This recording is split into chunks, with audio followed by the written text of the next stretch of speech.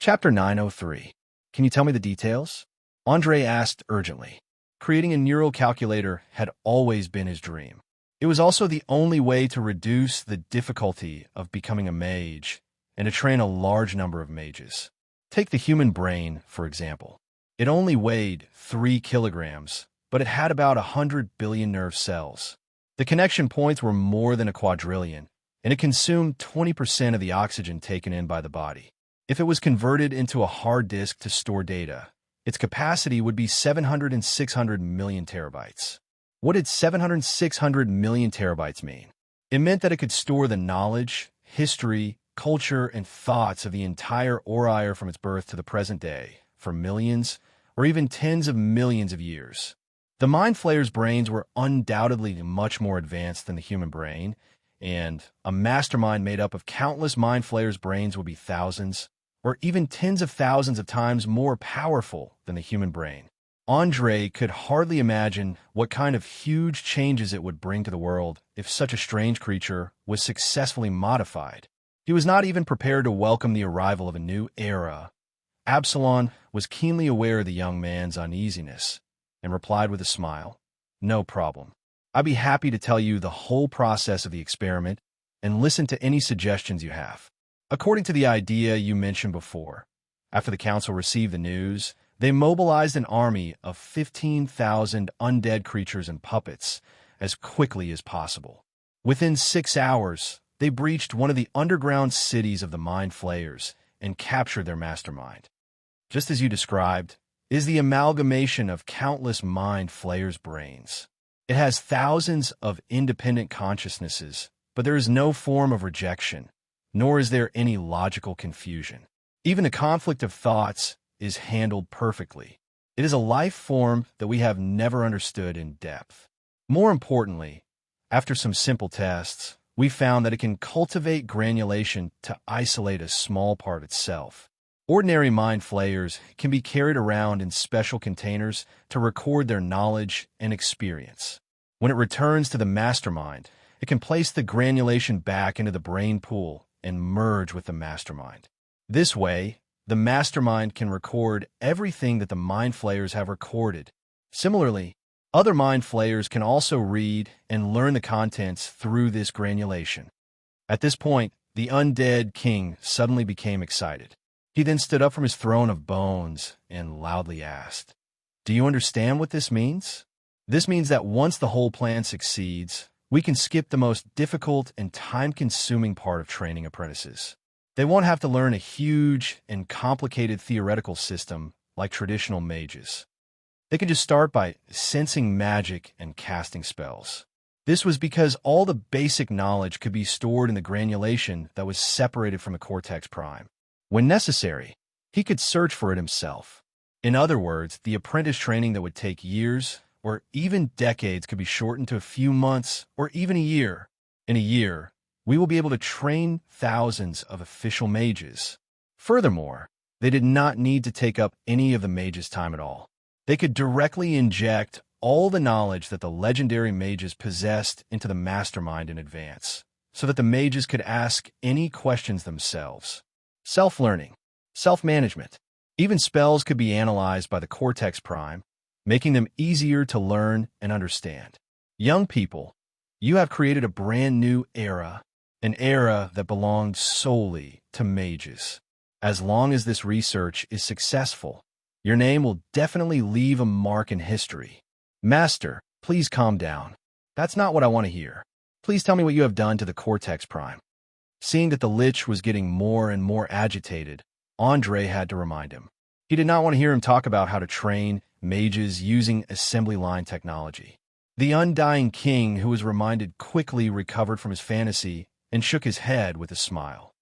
"My apologies, I lost my composure just now. After all, you have given us the right direction. We only need to keep trying, and it will be a day when we succeed. I can't wait to see thousands of mages gather together. When that happens, the gods will fall into a new round of panic. All right, let's not talk about this for now. Let me tell you the specific process. At the very beginning, The problem that the counselors considered was how to destroy the consciousness of countless mind flayers without harming their logical thinking ability. It had to be said that this was a very challenging problem, especially since the cortex prime was an amalgamation of many consciousnesses.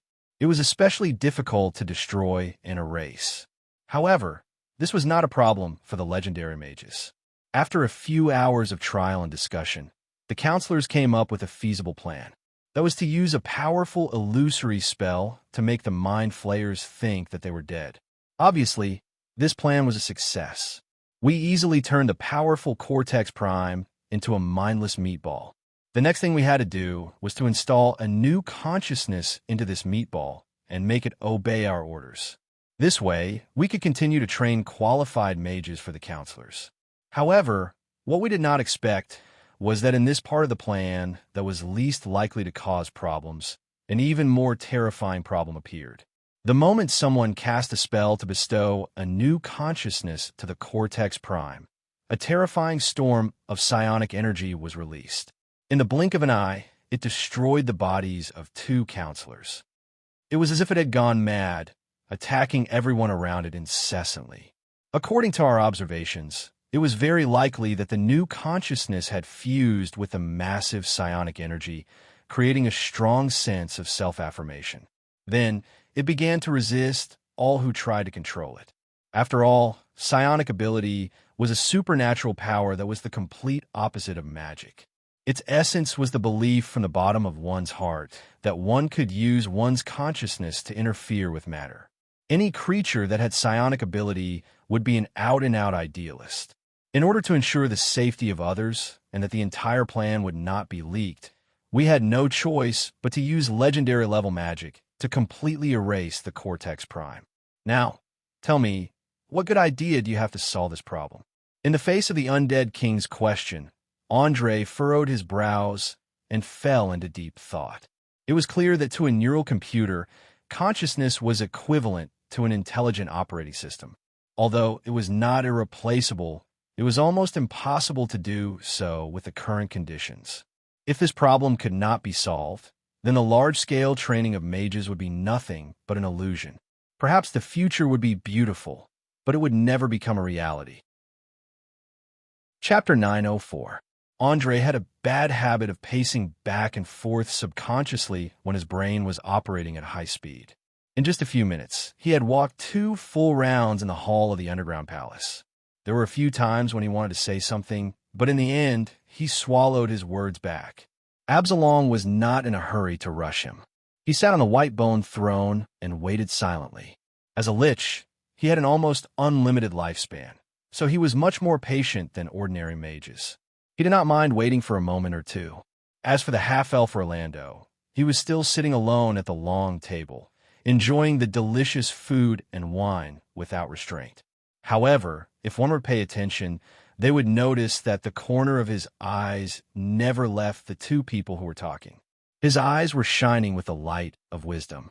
Training an apprentice, especially a qualified apprentice, was an unsolvable problem in the world of mages. On one hand, mage apprentices were different from warrior apprentices, thief apprentices, knight apprentices, and ranger apprentices. They did not rely on perseverance to succeed.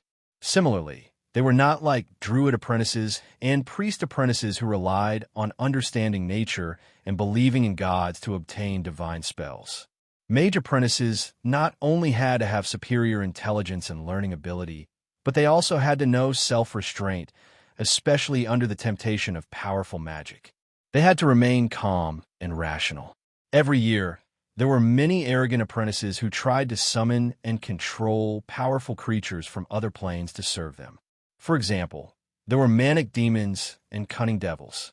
However, in the end, they were either toyed with by the other party or torn to pieces by the world.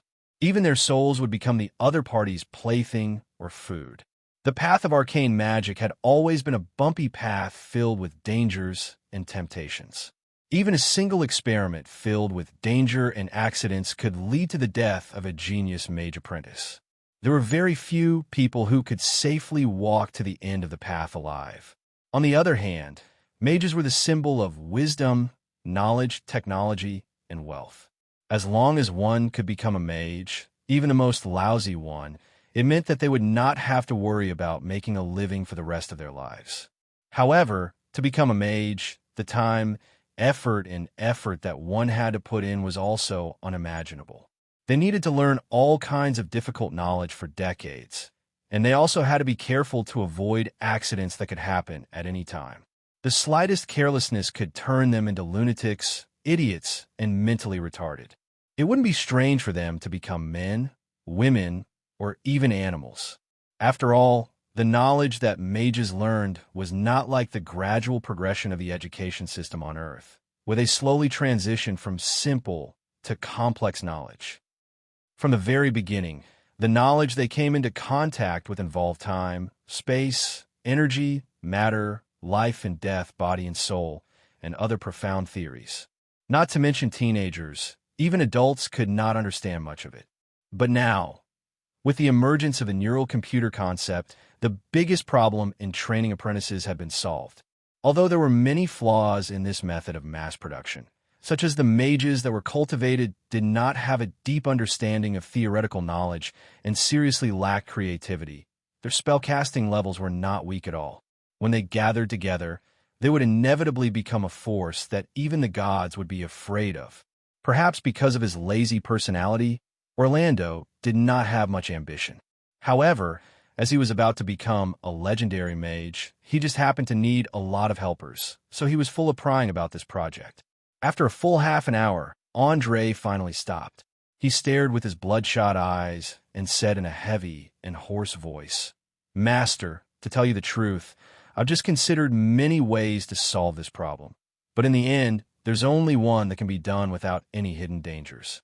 And this method requires a price, an extremely heavy price." "Oh, please say it. No matter how heavy the price is, it's a matter for the Parliament to consider. You just need to make a suggestion." The undead king saw Andre showing such a serious expression for the first time. He hurriedly leaned forward slightly, eager to know what suggestion could make the owner of the Arcane eye so nervous. "It's very simple. Since the huge amount of psionic ability stored in the cortex prime will make the newly born consciousness have a strong sense of self-recognition, then why not inject a consciousness with a sound mind? For example, the soul of a powerful, legendary mage." Although Andre's voice was very soft when he said this, it was like a sudden clap of thunder to the others present, not to mention the three captives hiding in the corner trembling. Even the half-elf was so frightened that he trembled and threw away the wine glass in his hand.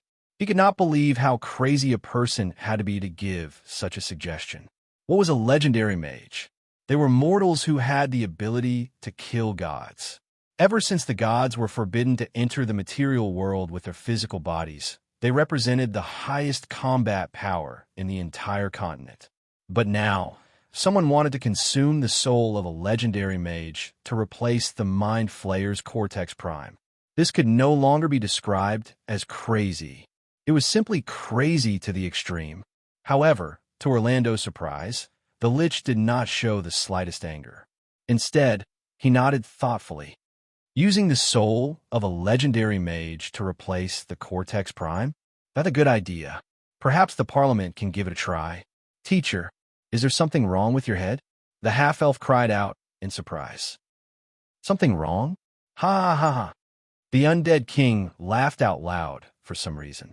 After a while, he stopped and explained in a very serious tone, "No, Orlando, I'm very normal.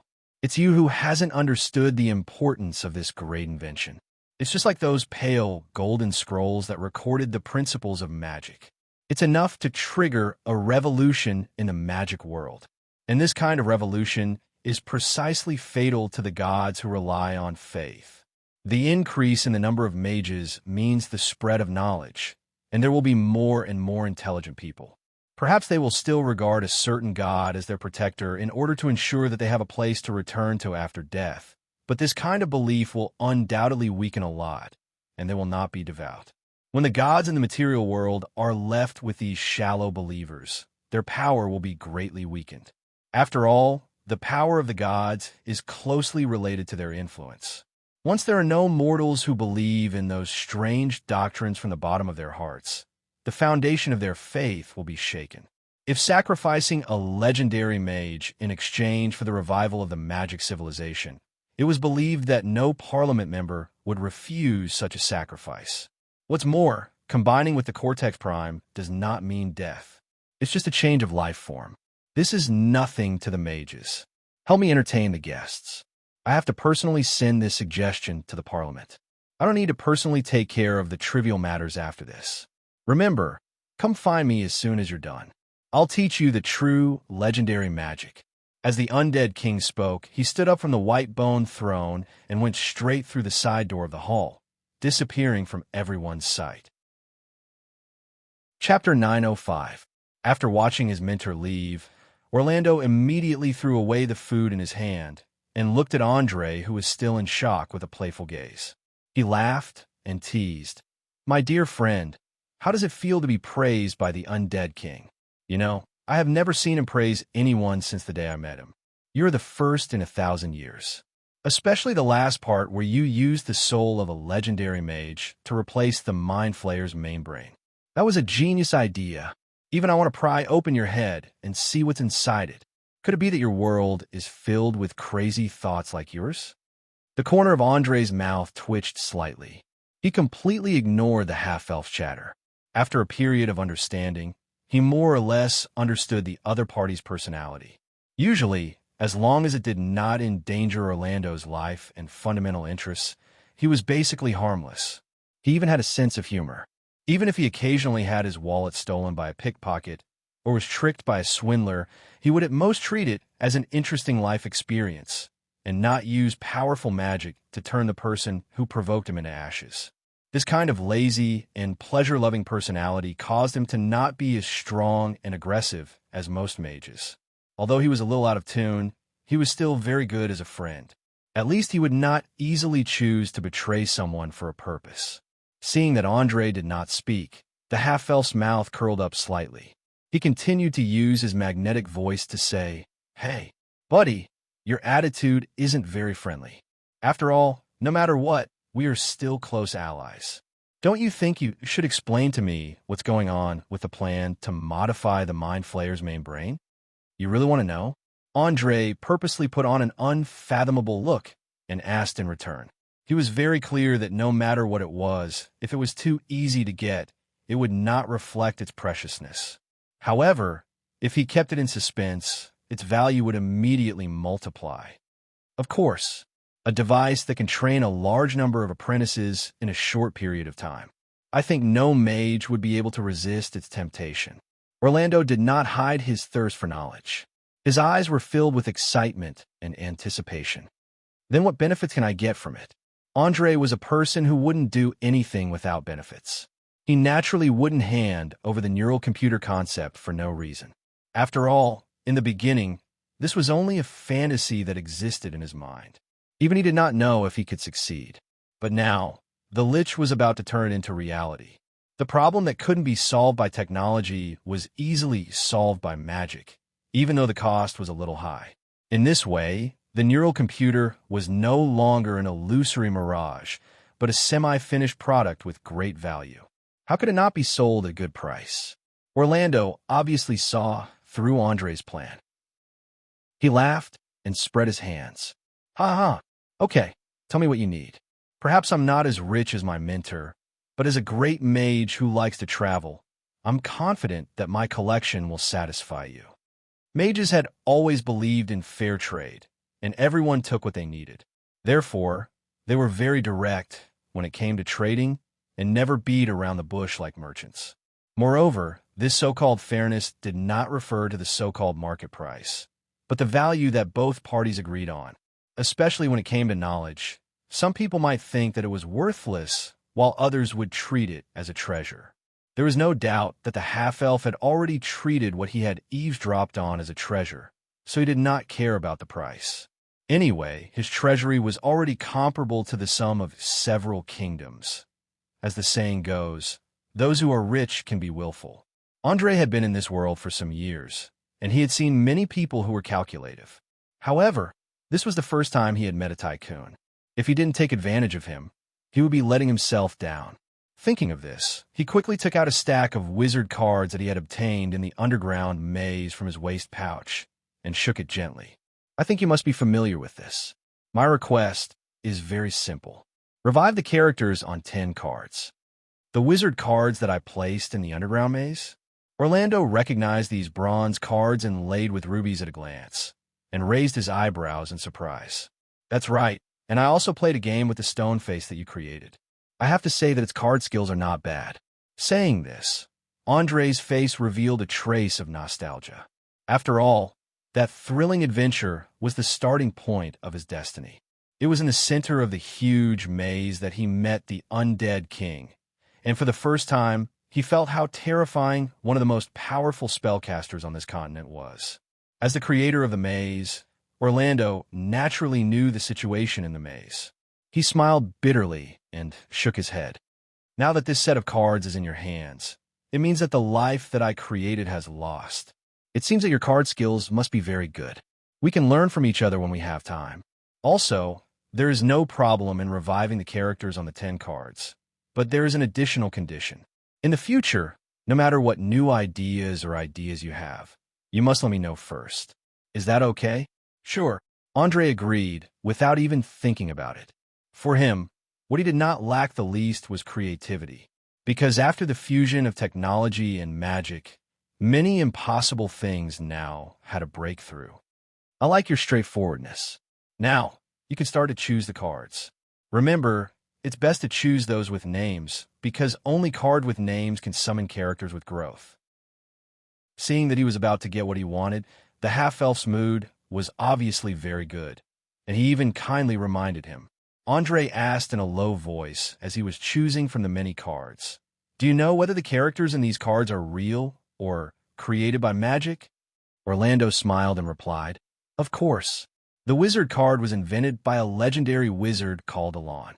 Every creature, fortress, terrain, and even magic effect on it is all real, and he even taught this technology to his good friend. A long time ago, when the wizard card was at its most popular, all the wizards who had the ability to travel across planes were frantically looking for their favorite targets, and then sealed them in the cards. In fact, the wizard card's original purpose was not to entertain, but to summon the creatures or magic on the cards to help one fight through the principles of the incantation system. Later on, it evolved into entertainment. But with the fall of the ancient magic civilization, this technology was completely lost. I also happened to get this set of cards when I was traveling around and found that the wishing spell could summon the characters inside. As for whether these creatures have been modified by magic, I don't know." Chapter 906. So that's how it is, Andre nodded thoughtfully. He finally understood why he couldn't see through the magic patterns hidden in the cards. Every card was sealed with all sorts of strange things. There were buildings, terrains, life, and magic. Just making a single card would require more than 3 level 9 spells. It was still too early for him to decipher the secrets. After careful selection, Andre finally chose 10 cards with names from the 129. They were Level 3 Berserker and Level 5 Barbarian of the Chaotic Neutral Faction, Clive, human, male, 28 years old. Level 8 Monk of the Lawful Good Faction, Celeste, human, male, 32 years old. Level 3 Fallen Paladin and Level 5 Dark Guardian of the Lawful Evil Faction, Yvette, human, female, 25 years old. Level 6 Arcane Vanguard of the Neutral Good Faction, Quentin, human, male, 33 years old. Level 5 Necromancy Wizard of the Evil Neutral Faction, Mant, human, male, 46 years old. Level 6 Rogue of the Absolute Neutral Faction, Del, Orc, male, 21 years old. 5th level Warrior and 2nd level Knight of the Neutral Faction, Camellia, human, female, 23 years old. Level 7 Bard of the Chaotic Evil Faction, Yvonne, half-elf, female, 46 years old. Level 9 Warrior of the Chaotic Good Faction, Angel, dwarf, male, 160 years old. Evil Faction Level 5 Ranger and Level 3 Warrior, Adeline, Wild Elf, female, 284 years old. Orlando glanced at the characters on the cards and raised his head in. Surprise. Are you planning to form an adventuring party or a mercenary group? He couldn't be blamed for making a fuss. These people's professions were too well-rounded. Be it ranged or melee, magic or physical attacks, everything was included. With the addition of the healer druid Nina, there were probably only a few parties on the continent that had such a complete set of players. Andre shrugged with a smile. It's an adventuring party. If necessary, we can also act as mercenaries. After all, this world isn't very safe. I have to make up for my shortcomings as much as possible. Shortcomings? Oh, I see. You're a little short of loyal followers right now. No problem. Give me 5 days. After 5 days, I will come and find you again. After saying that, the half-elf casually stuffed the card into his pocket. As one of the most powerful and wealthiest professions on the continent, mages, especially great mages, were easily favored by adventurers or mercenaries. For example, Uhtred Alicorn, who had died a long time ago, was able to obtain the support of the Carriamir mercenary group. Generally speaking, mages above level 9 would be able to gain the loyalty of warriors, knights, thieves, and other professions. However, Andre's speed of leveling up was too fast, so the number of followers he had was too small. He couldn't even gather enough followers to form a small adventuring party, which was a bit awkward. If there was a reliable team, then many things would be much easier to deal with. At the very least, they wouldn't have to personally deal with the slightest bit of trouble. After putting away the card, Orlando put on an expectant look and said in a half-joking tone, "My friend, shouldn't you tell me about that idea now?" "Of course. But before that, you'd better give me a robe that can't be burned by flames. I don't like to talk long naked." Andre also used a half-joking tone to point at his chest. In fact, he had been naked for quite a while. It was just that the Lich didn't care about such trivial matters, so there was no way to solve it. "Ha ha. Sorry, I forgot that I still owe you a piece of clothing. A flame-resistant robe should be able to satisfy your request. In addition, I'll give you a pair of boots of speed as a symbol of our friendship." The half-elf laughed as he reached into the purple pocket at his waist. In just a few seconds, he took out a black velvet robe and a pair of blue-gray leather boots. Under the detection ability of the mystical eye, the detailed information of these two magical items instantly appeared on his retina. The robe, without any decorations or patterns, could reduce the damage from flames by 90%. Moreover, it could also cast the spell protection from arrows once a day. It could be said to be quite practical, especially for people like Andre, who had to be completely naked whenever he used his flame ability. As for the boots, they were permanently enchanted with a level 3 spell haste. After wearing them, regardless of whether it was movement speed, reaction speed, or spellcasting speed, they would all be greatly improved.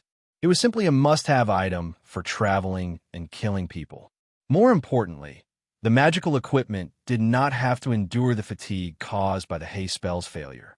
As long as this pair of boots was worn, it would always maintain the effect of the haste spell. It would not cause any fatigue, nor would it cause any adverse effects to the body. Although driven by curiosity, Andre wanted to immediately study the craftsmanship of these two pieces of magical equipment.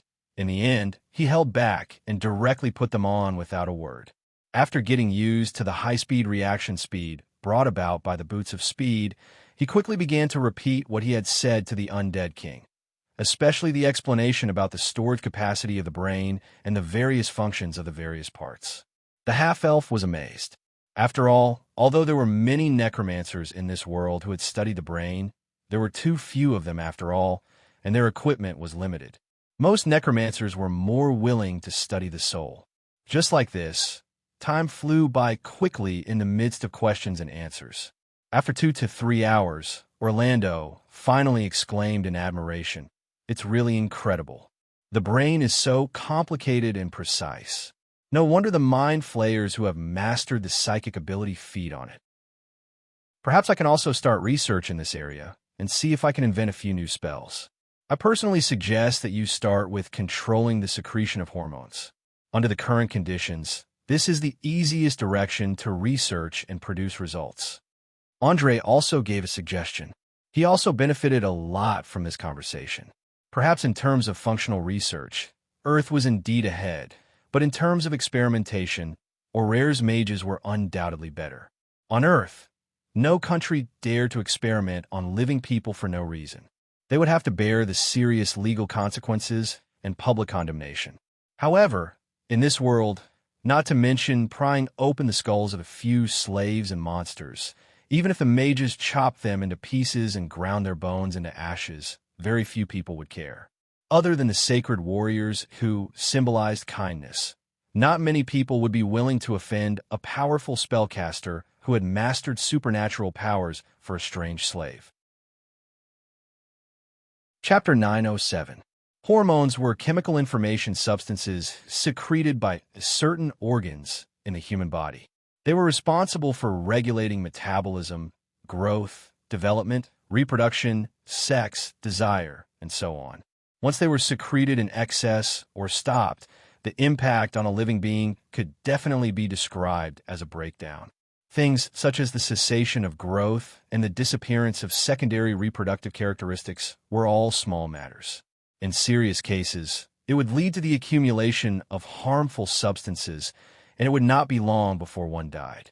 Orlando had already understood the definition of hormones and nodded in agreement. It's a very good suggestion.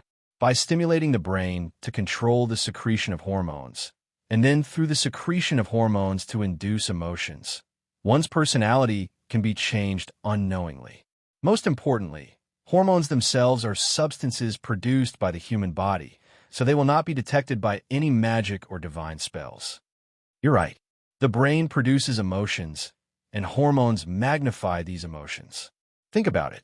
What would happen if you selectively magnify a person's sadness, happiness, cruelty, bloodlust, and anger? Andre asked with a meaningful smile. I believe it will be very interesting. I can't wait to try it out, the half-elf replied with a sinister smile.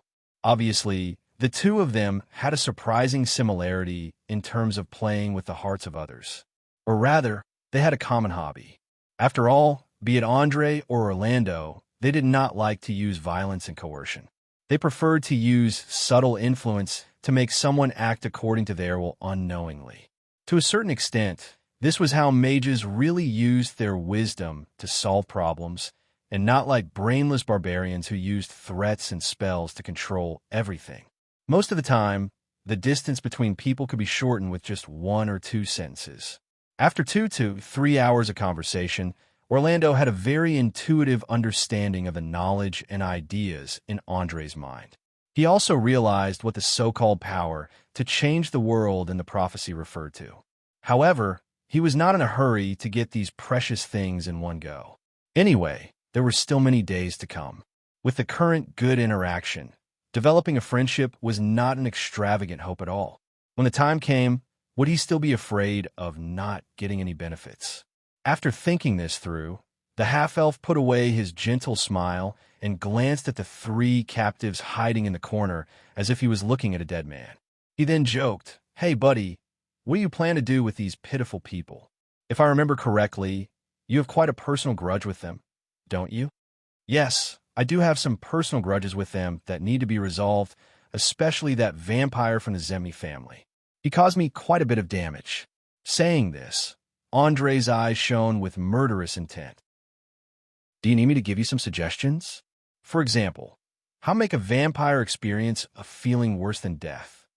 As a great mage who was halfway into the legendary realm, Orlando didn't take the Zemni family seriously at all. Although the Vampire Duke was also considered a legendary creature, it was still far from a great mage like him. Staring at Gil's pale face without a trace of blood, Andre stroked his chin with interest. "Tell me about it. I believe your little suggestion will be different, right?" Orlando laughed heartily and replied, "Ha ha, you've made the right choice, my friend. Did you know? Actually, the pain nerves of vampires are different from normal humans. They have a high tolerance for direct physical attacks, such as piercing, slashing, and heavy blows, but they can't stand strong light, especially the sunlight that's filled with positive energy. If I were you, I would create an anti-magic cage and lock this little fellow in. I would place him in the shade and let the sunlight dispel the shadows bit by bit and shine into the cage. When the time comes, he would be like a frightened deer trying to hide in a corner in order to avoid the sunlight. He wouldn't even hesitate to break his arms and legs to reduce his size. I can assure you that the scene would be very interesting. Of course, this wasn't all. As the sunlight completely dispels the shadows, the cage would eventually be exposed to the sunlight. However, as the cage itself would more or less block out a portion of the light, he wouldn't die or go crazy. Instead, he would be in a half-crazy state. Not only would he be able to clearly feel the sunlight that's filled with positive energy burning his skin, he would also feel despair from the bottom of his heart. In the past, there was a pitiful vampire who was driven mad in this state. How is it? Isn't my idea awesome? Isn't it interesting? Most importantly, you can let him taste similar pain every day for a month, a year, 10 years, 100 years. You have to know that vampires are immortal. You can torture him for as long as you want. As soon as his voice fell, everyone present couldn't help but shudder. There was no doubt that for vampires, this was an extremely cruel and vicious torture, comparable to the infamous soul interrogation. Looking at Gil's terrified eyes at the moment, one could tell that he was completely scared silly. His whole body was trembling nonstop. If he hadn't lost all his abilities, he would have tried to escape long ago. Wow, you've really impressed me. Can you tell me whether you invented this idea yourself or heard it from somewhere else? Andre raised his eyebrows and asked in surprise. He couldn't believe that such words would come out of the mouth of a gentle half-elf. Orlando explained with a smile, half and half. It originally came from a magic experiment. I wanted to create a special magic against undead creatures, but later it failed for some reason. This method of torturing vampires is a byproduct. How is it? Are you satisfied? Satisfied, to be exact, very satisfied. If possible, can you please catch him while you're at it? You have to know that it's hard for me to hold back when a vampire with a mage profession goes crazy. I might accidentally kill him. With that, Andre's face showed a trace of ferocity. Piece of cake. The half-elf agreed without thinking. He then took out a palm-sized mini-cage from his pocket, pointed it directly in the air, and then chanted a spell in a low voice. In an instant, Gil seemed to be pulled by some invisible force and quickly flew towards the cage. When he was less than a meter away, his body suddenly began to shrink rapidly. In the end, it was exactly the same size as the cage. He was stuffed into it alive, just like a little mouse being played with in the palm of his hand. He had no power to resist. Chapter 908. No, let me out. Let me out. My father is Duke Calvin.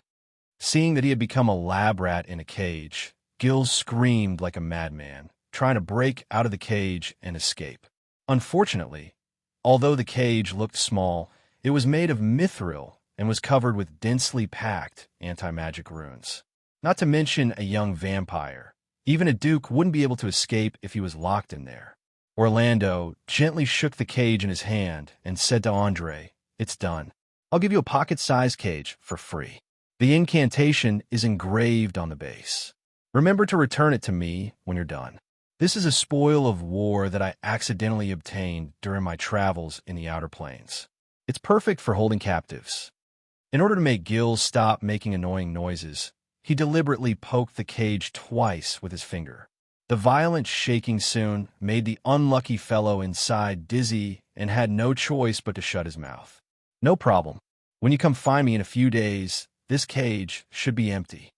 Saying that, Andre stuffed the cage directly into his pocket. Vampires were undead creatures anyway and didn't need to breathe at all. They wouldn't die even if they were placed in a vacuum. A few days? You're really swift and decisive. I thought it would take at least a few years. The half-elf pretended to be surprised and raised his eyebrows. Andre sneered and shook his head.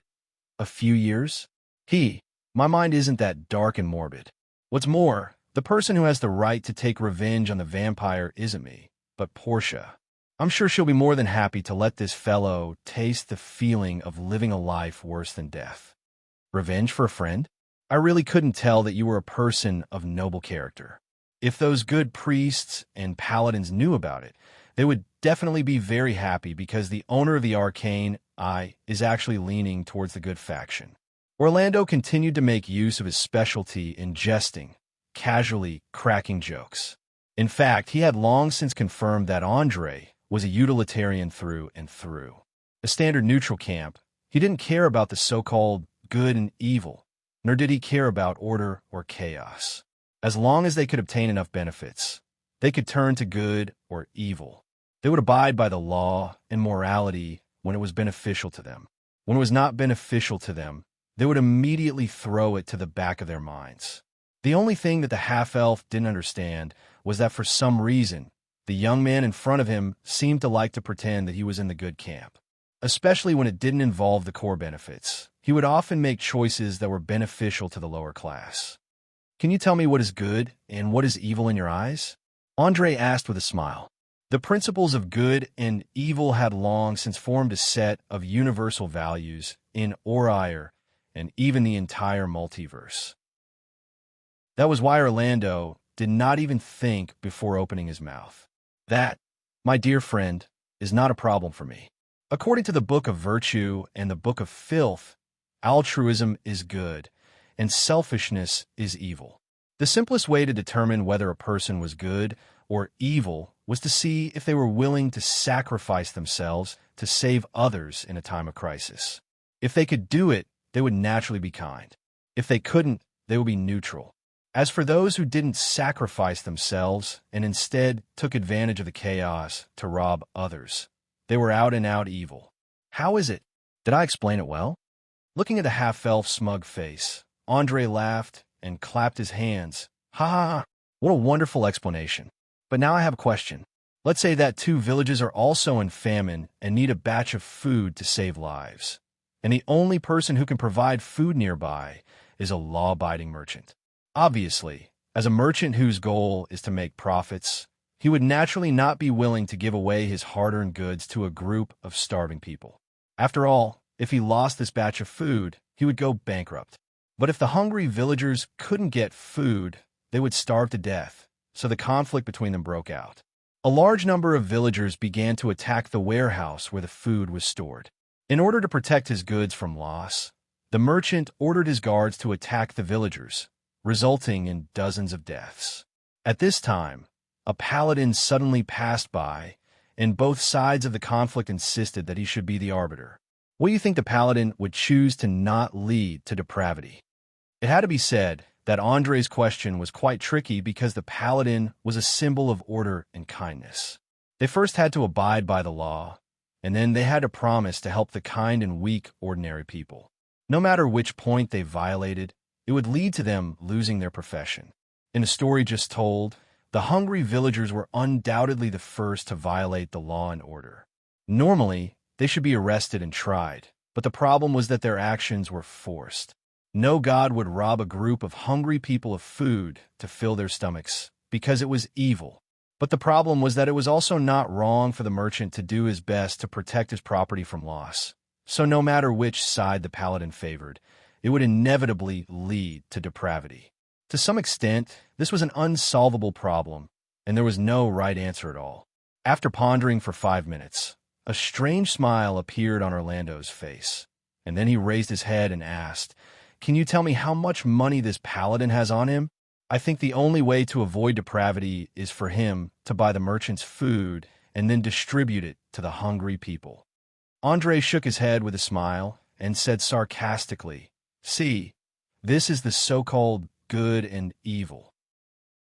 In the eyes of the hungry people, the merchants who have food but don't give it to them are evil. In the eyes of the merchants, the hungry people who try to rob their belongings are evil. In the eyes of the paladins, both sides are not evil. What is good? What is evil? It's nothing more than a different standpoint. In my hometown, there is a famous saying that one's position determines one's head, which means that one's position will always change with one's own status. To give the simplest example, many civilians feel that they are oppressed by the nobles and wish that they could stand up and overthrow the nobles' rule. But when they become nobles, they immediately abandon these ideas and intensify their oppression of the peasants and tenants in their territory and feel that it is right and proper. So it is a huge mistake to insist on dividing good and evil with camps. The funny thing is that there are countless people who regard it as the truth. Even a wise mage like you is no exception. Should I sigh that the gods' brainwashing work is too good, or should I sigh that there are too few smart people on the continent? A series of rhetorical questions completely made the half-elf realize the rebelliousness hidden in the depths of Andre's heart, as well as his unique way of thinking. Chapter 909.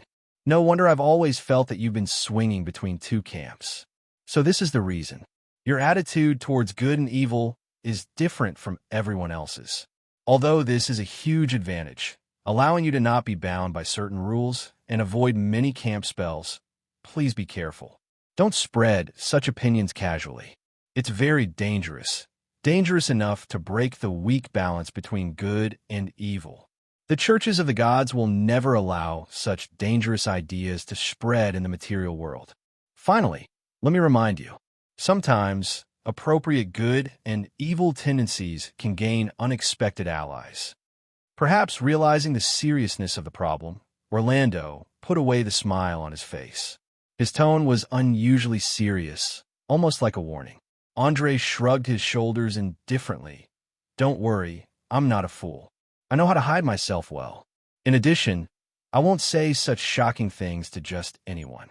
All right, let's turn our attention to the remaining two captives. As he spoke, he stepped in front of Casimir. Without wasting any time, he ordered, "Amos, devour him." "As you wish, master." As the metallic voice rang out in his mind, the originally ordinary left eye instantly turned violet. Countless golden rings gushed out from the pupil, directly imprisoning the target and dragging it into the bottomless pupil bit by bit. Casimir was terrified. Not long ago, he had seen his master, the Count of Hell, Nimuk, being devoured alive. Thus, he began to struggle desperately. As he struggled, he shouted, "No, no, no, don't devour me. I'm a qualified captain. She was a perfect servant. I could do anything for you." But unfortunately, Andre turned a deaf ear to this, allowing Amos to convert it into experience points bit by bit. After Casimir's last two legs were digested, he had gained a total of 3,500 experience points. It was far more efficient than simply killing and absorbing life energy. After a simple understanding, he already understood where his so-called experience points came from. Usually, every time he killed a life, he would take the life energy of the other party, whether it was the positive energy of living creatures, natural energy, or the negative energy of undead creatures. This energy would be divided into two parts. One part would be converted into experience points and fed back to Andre to strengthen himself, while the other part would be stored in the Arcane Eye in the form of missions and rewards, guiding him down the right path. It had to be said that the creator of the Arcane Eye was simply a genius. Almost all aspects were taken into consideration, leaving no loopholes.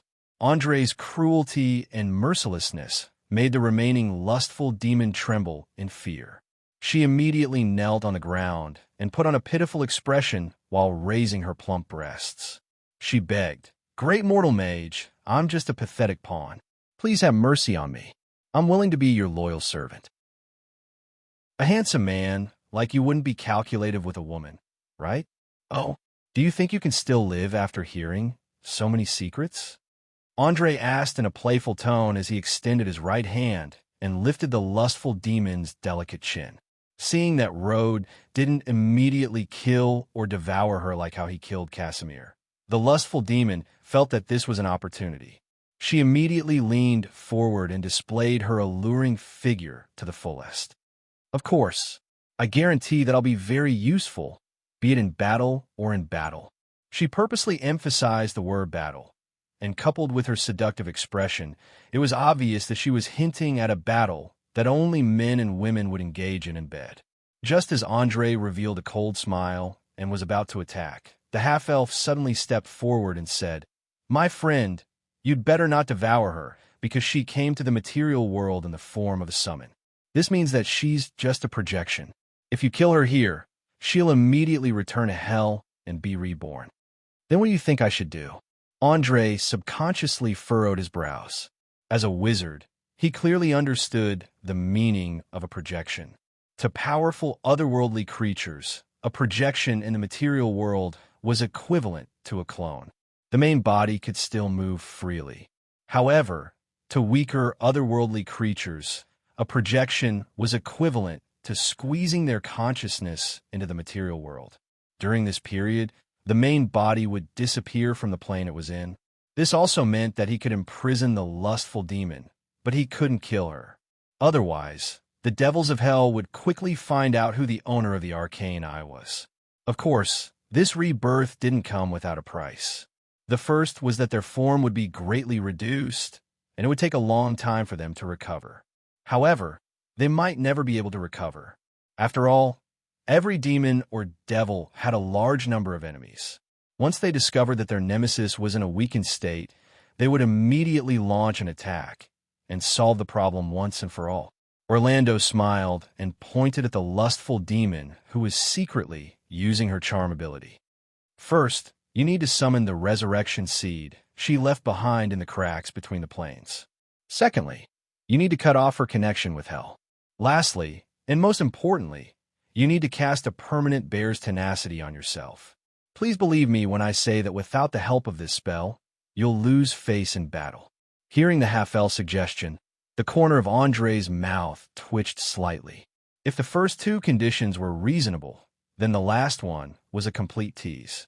The bear's tenacity was used to increase physical strength, and the battle he was referring to was undoubtedly a battle between a man and a woman in bed. To be honest, even though he didn't have much discrimination against this world's overly open sexual views, it didn't mean that he was willing to be cuckolded. After all, lustful demons had strong lust and thirst for the souls of mortals. It was definitely a daydream to expect them to only be with one man for the rest of their lives. Perhaps because he noticed Andre's increasingly ugly expression, Orlando hurriedly explained, "My friend, haven't you noticed? Actually, your personality is very similar to that of the devils. You're both so quick-witted and cunning. If you have a lustful demon to help you, many things will become much easier. At the same time, you'll be able to release more time to study magic. You have to know that devils aren't like demons. You only need a detailed magical contract to solve the problem of their betrayal." Chapter 9-10. As a transmigrator, Andre had always been paranoid. Even if the other party was his closest ally, he couldn't fully trust them. Therefore, he stared at the half-elf suspiciously and sized her up. After a full minute, he asked, "I don't understand. Why are you so keen on me accepting a lustful demon?" "It's simple. You've wasted too much energy on the mundane world. I hope you could take more time to put the wonderful ideas in your head into practice. Please don't doubt my motives. I'll always be on your side," Orlando replied meaningfully. "That's all." Andre squinted his eyes, full of vigilance. "That's all." Orlando spread out his hands innocently. Seeing that the half-elf didn't seem to be faking it, Andre relaxed a little.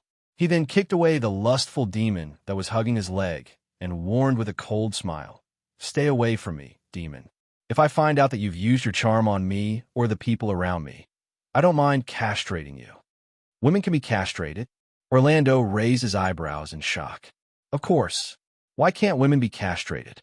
In some undeveloped areas in my hometown, there are millions of women who have their genitals cut off before they reach adulthood. It's said that this ensures that they won't experience any physical pleasure. This ensures that they'll remain virgins before marriage and remain loyal to their husbands after marriage. They'll never have an affair." As he spoke, Andre glanced coldly at the area between the lustful demon's thighs. The corners of his mouth curled into a cruel smile. No, no, I didn't do it on purpose. This is a misunderstanding. Please don't castrate me." Evidently, this was a standard threat. The lustful demon was so frightened that she hurriedly took a few steps back. In her eyes, this young wizard was more like a demon than she was. If her soul entered hell, there would be countless lords who would immediately offer generous terms. Whoa, what a horrifying atrocity. Looks like you'll have to be careful, beautiful Miss Lustful Demon. Orlando let out a strange cry as a sinister smile appeared on his face. The pitiful, lustful demon was terrified of the two powerful and scheming mages. She felt like she was a little girl in front of two muscular men. The only thing she could hope for was that they would be a little gentler to her. All right, that might not be the best way to describe a lustful demon, but castrating a woman's lower body did scare her quite a bit. After all, lustful demons were a symbol of lust. If he couldn't experience pleasure, he might as well kill them. Andre curled his lips in disdain when he felt the fear and awe the devil had towards him. He said to the half-elf beside him, "I need help. You should know that I can't do this with my current abilities." Orlando placed one hand on his chest and bowed gracefully. "No problem, my friend. I'm happy to help you at any time." Saying this, he took out a large number of gems that flickered with a strange luster and scattered them in the air. He then quickly chanted an incantation, his 10 fingers moving up and down nimbly. He was so fast that only after-images could be seen. This was the first time Andre had seen a half-elf cast a spell so seriously. From the complexity of his hand gestures and the length of his incantation, it was at least a rank 8 arcane spell. In just a few seconds, a shocking amount of magic energy began to gather around Orlando. All the gems in the air seemed to be pulled by a mysterious force. Not only did they not fall, but they flew in the opposite direction before disappearing without a trace. After all, those gems were worth tens of thousands of gold coins, yet they were all used up in a single spell. Less than 5 seconds after the gems disappeared, a deep and powerful voice suddenly sounded from the ceiling. "Speak your wish." The half-elf who had been waiting for a long time pointed at the lustful demon curled up on the ground and said, "Send this demon's seed of resurrection to me." Then completely cut off her relationship with hell. Immediately, as you wish." As the deep and powerful voice sounded once more, a pink embryo suddenly appeared in Orlando's hand. Before he could react, the lustful demon suddenly jumped up from the ground and let out a pained howl. She seemed to have gone crazy and kept rolling on the ground. Even if she was bruised all over, she had no intention of stopping. However, her howls did not last for long. After a short 2 to 3 minutes, the lustful demon slowly stopped and panted heavily. An inverted triangle mark had appeared on her forehead at some point in time. Andre had once read in a book that it represented betrayal. All demons that left hell would be marked with this mark. When other demons saw it in the future, they would immediately launch a frenzied attack until they were killed. Orlando did not care about the lustful demon's eyes filled with hatred. He stepped forward and gently stroked the mark with his finger. He nodded in satisfaction. "Very good. Now, you won't be able to return to hell. Be good and eat this seed. That way, you'll be complete." As he spoke, he placed the pink embryo in his hand in front of the lustful demon. There was no hesitation. He also did not try to bargain. The lustful demon was extremely stubborn.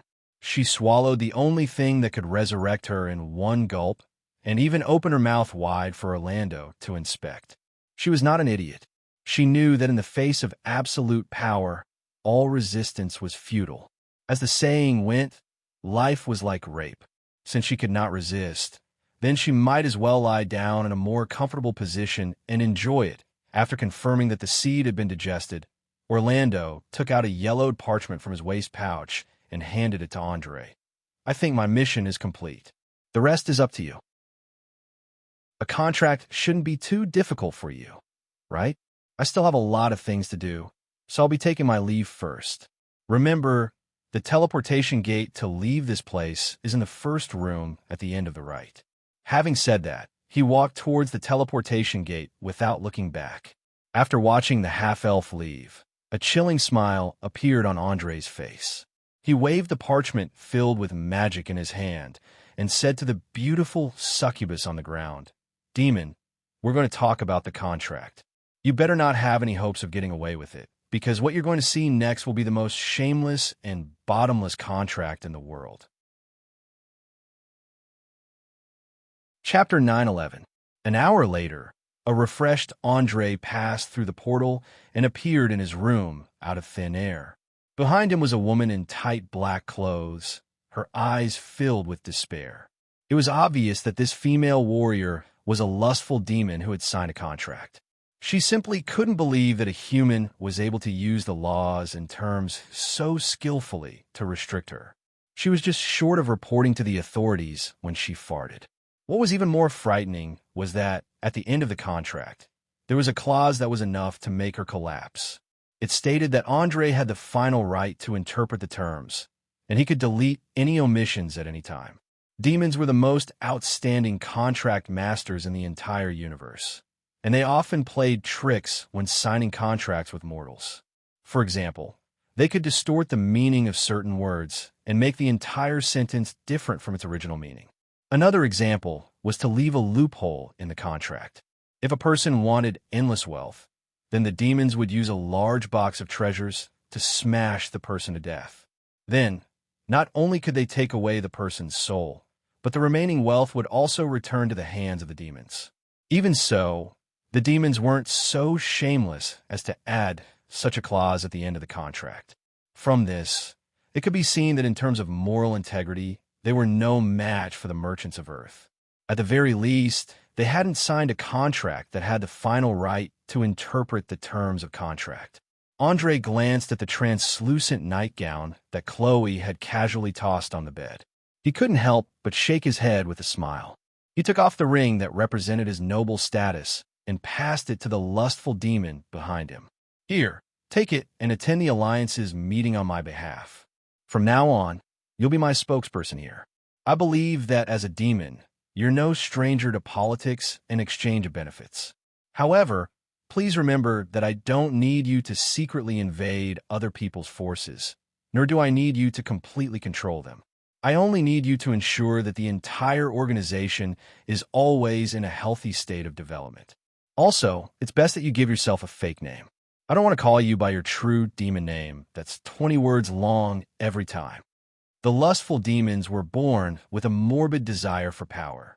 When they heard that they could obtain power immediately, they quickly knelt on one knee and took the seal ring with both hands. They replied in a seductive voice, "Don't worry, my cruel and cunning master. As long as I'm alive, this alliance will always be at your feet." As for the human name, Kate Winston. Very good, Kate. I hope you won't let me down. As long as you can fulfill your promise, then I will give you a corresponding reward, such as activating the warlock's power in your body. Even though you'll never be able to evolve in terms of appearance due to your betrayal of hell, you can still develop the magic power flowing in your blood. I believe that you won't refuse, right? As he spoke, Andre's left eye suddenly shot out a strong beam of light, shining on the triangular mark on the lustful demon's forehead. The lustful demon, who had just given herself a human name, suddenly felt the blood flow in her body accelerate.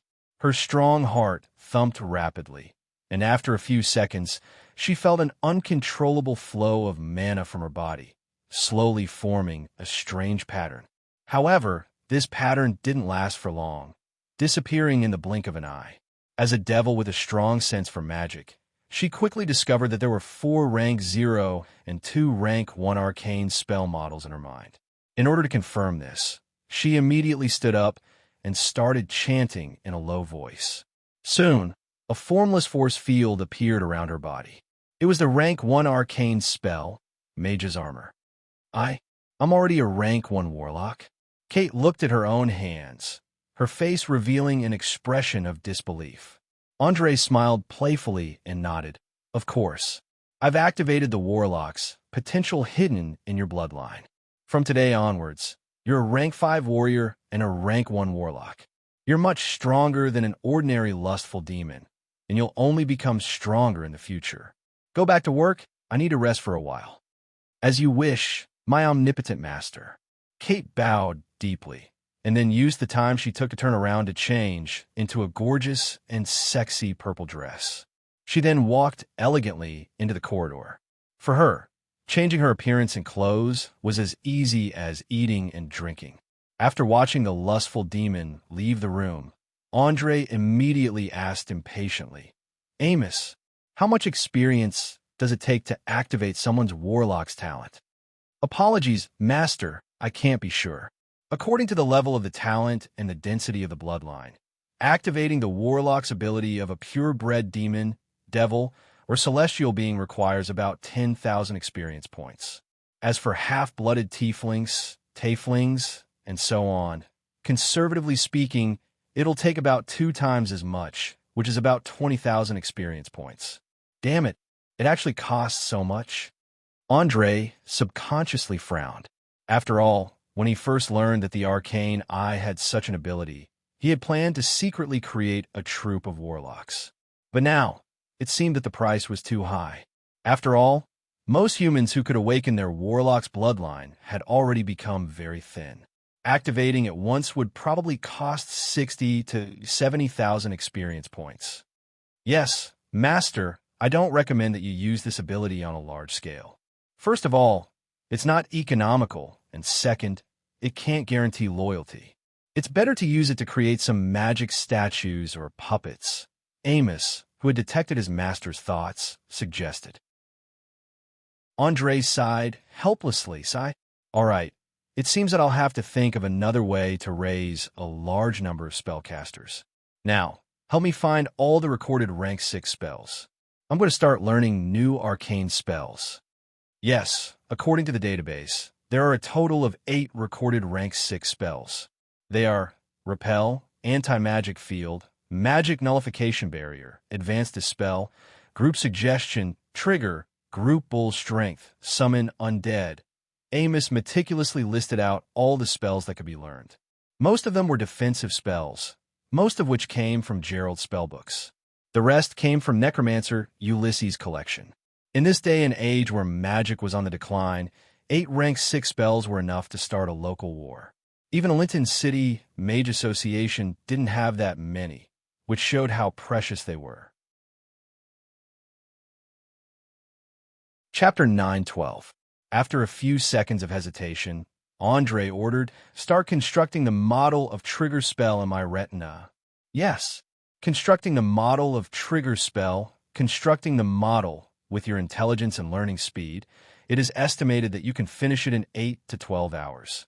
Along with Amos's metallic voice, a huge and complicated magic pattern began to appear in front of Andre's eyes. In just a few minutes, he was completely absorbed in it and gradually forgot about the passage of time. After a long time, when he finally copied the model of trigger spell into the magic book, the sun outside had long disappeared and was replaced by a sky full of stars. Learning magic was undoubtedly something that consumed a lot of energy and stamina. Therefore, after leaving the state of concentration, Andre immediately felt a wave of tiredness and sleepiness. Just as he was about to go to bed to rest, he suddenly discovered a woman sitting on a chair in the room. She was none other than Chloe's aunt, Countess Anastasia. Seeing the surprise in Andre's eyes, the mature lady stood up and greeted him with a smile. "Good evening. I know you must be wondering why I'm looking for you in the middle of the night. The reason is simple. Too many things have happened in the past few days. I think it's necessary for us to have a good talk when no one is around. What do you think?" "Of course, madam. With our relationship, there's nothing that we can't talk about. If you have any questions, feel free to ask." Andre closed the magic book and raised his arm to make an inviting gesture. He noticed that Chloe did not seem to come back tonight. Needless to say, she must have been sent away. Anastasia hesitated for a second and then asked, "Tell me, Andre, do you want to be the king?" "King? Why do you have this kind of illusion? Am I doing something like a certain king in a bard's story?" Andre rubbed his dry eyes and spread out his hands with a bitter smile. Hearing this answer, the lady was instantly relieved. She explained with a smile, "No, I just feel that the way you draw the nobles to your side is a bit unusual. It seems that you want to tie them all together and finally form a complete community of interests." Andre did not intend to hide his intention at all. He sat down on the chair and said softly, "Actually, you're right. I do want to tie these conservative nobles together through interests and even slowly develop them into a country. However, this does not mean that I want to be the king. At least, I don't plan to do so for now. At this stage, my main focus is to learn all kinds of knowledge. I even go to every corner of the continent to increase my knowledge and search for the lost relics. I can't stay in one place all the time. At the latest, I will leave for the north to find my own destiny. Moreover, the trade alliance that I founded needs time to develop and settle down. It will take at least a decade or more before it can truly become the hegemon of the South. There's no need to think too much about it in the meantime. I know what you're worried about, but don't worry. I'm not an idiot who doesn't know his own limits. Before the Union grows stronger, I won't let anyone feel threatened. As for the plan to destroy Bakarov City, it's only to announce to everyone in the South that the Flaming Duke is back. Anyone who dares to offend him will face devastating revenge. I've never been a charismatic leader, so I can only use destruction and slaughter to let everyone know what my bottom line and rules are. This way, they will know how to get along with me. There's a good saying, it's better to be feared than respected. Most people in the world bullied the weak and feared the strong, so showing a strong side was very beneficial for protecting one's own interests and establishing one's prestige. This was also why countless kings and nobles in Oriar tended to show their cruel side to their people from time to time, such as executing prisoners and whipping servants. They knew that the Church of the Good God preached that the lords love the people, and the people love the lords. It was complete nonsense. The love and respect of the commoners was not even worth a single copper coin. Perhaps their love and respect would turn into hatred in the next second due to some rumors. It was better to continue carving fear into the bones of the commoners. As an elite among the nobles, Lady Anastasia undoubtedly understood this. She nodded thoughtfully. I can understand your thoughts, but isn't it a little too much to directly destroy a city? Such an evil move is likely to be viewed with hostility by many churches. It's a huge political risk. My lady, no matter what you do, you have to take risks. Besides, I don't plan to kill everyone in Bakarov City. I just want them to move to a new place to live, and that doesn't cross the bottom line of the Church of the Good God. You have to understand that this battle is very important to us. Only by plundering enough resources and people from the enemy can the Union walk the path of rapid development. This is especially true for shipbuilding, which requires enough craftsmen.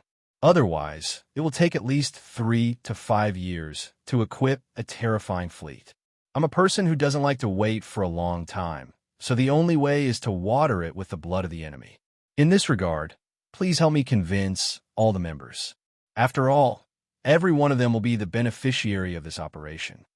After saying that, Andrei forced himself to stay alert and raised his head to look into the other party's eyes. He understood the meaning of Anastasia's late-night visit. It meant that she wasn't the one asking the question, but the other nobles in the Union. They seemed to be a little worried about the chain reaction after Bakarov City was destroyed. However, they simply didn't know that the entire southern region had long been filled with undercurrents. Loretta Boton's forces had secretly infiltrated who knows how many city-states.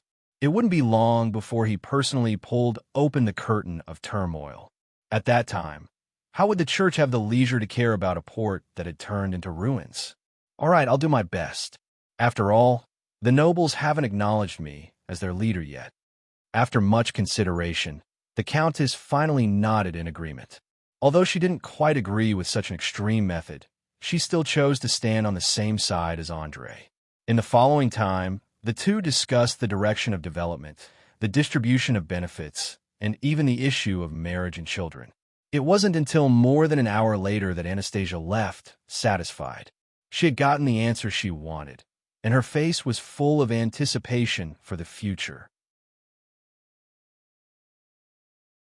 Chapter 9:13.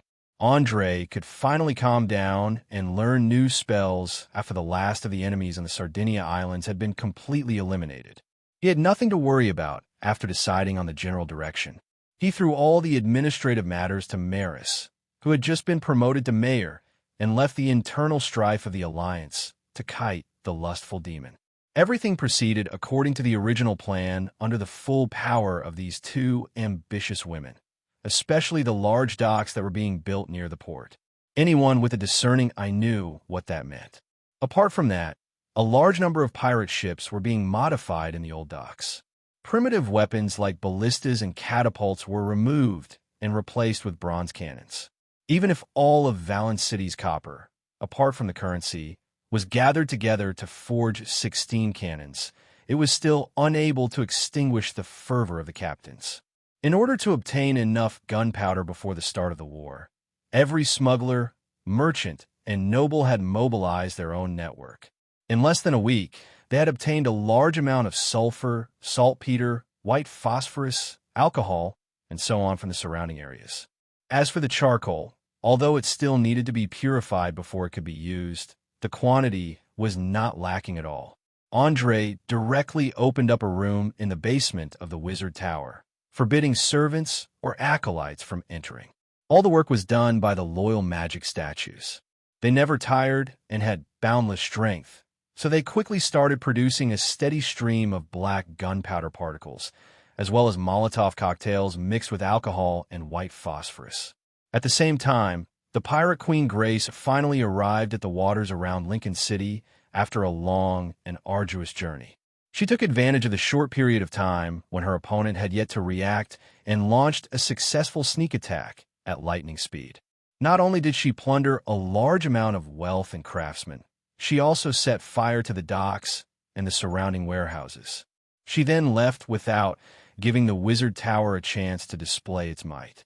Of course, as an outstanding naval commander, Grace didn't leave completely after the successful sneak attack. She still led her fleet to patrol the distant seas and immediately seized any merchant ships that passed by without a word. Relying on the supplies she had stolen, she had successfully sealed off all the routes leading to the outside world from Lincoln City. Whether it was spices, luxurious accessories, food, or cloth, nothing could be transported in. Moreover, President Boris of the Mage Association was not around, so the dukes had no way of mobilizing the mages to retaliate. One had to know that a city like Lincoln City, with a population of around 100,000, would consume an astronomical amount of resources every day. If it weren't for the fact that it was close to the ocean with the current transportation capacity of the continent, there was no way it could support such a large population. In fact, human civilization itself developed along rivers and oceans. Before the railway transportation system was established, it was almost impossible to build a city of more than 50,000 people by relying only on primitive carriages and handcarts for land transportation. In just 3 days, Lincoln City had fallen into unprecedented chaos and panic. The first conflict to erupt was the issue of food. Although there was still a lot of food stored in the city, the merchants took advantage of this opportunity to raise the prices, trying to make 10 or 20 times the profit. The prices of bread, flour, butter, cheese, and meat rose 3 times a day. Many commoners went bankrupt and joined the ranks of beggars. The number of beggars increased by more than 3 times in a very short period of time. The only thing to be thankful for was that small fishing boats could still fish in the coastal waters, slightly relieving the huge pressure in the city. Now, even a fool could see that the pirates' goal was to choke Lincoln City to death, causing this bustling port city to wither, and finally die in civil strife. Helpless, the badly battered Duke Georgie Bridle immediately called for an impromptu meeting to find a solution to the problem. In order to let everyone understand the seriousness of the situation, he directly said, "Everyone, although it's a bit depressing to say this, I still have to inform you that it's best not to count on our fleet. If there were no accidents, they would have been buried in the sea by now. Otherwise, the pirates wouldn't dare to be so arrogant." "What? Our fleet is gone? How is that possible?" Duke Ian Lockett exclaimed as he stood up. As the boss behind the scenes of the largest shipyard in the city, he had invested the most in the fleet. Once all of them were lost, it meant that his strength would be severely damaged, so his reaction was very intense. "Calm down, my friend. Nothing is impossible in this world. Think about it. How long has it been since Mikhail Kerman sent us a message? Combined with the pirates' performance, I believe you will be able to find the answer," Duke Georgie said in a heavy tone as he patted Ian Lockett's shoulder comfortingly. In fact, he had invested a lot in the Navy, but now it was all gone. He could feel the pain. Duke Ian closed his eyes in despair and sat down on the chair like a puppet. not responding for a long time.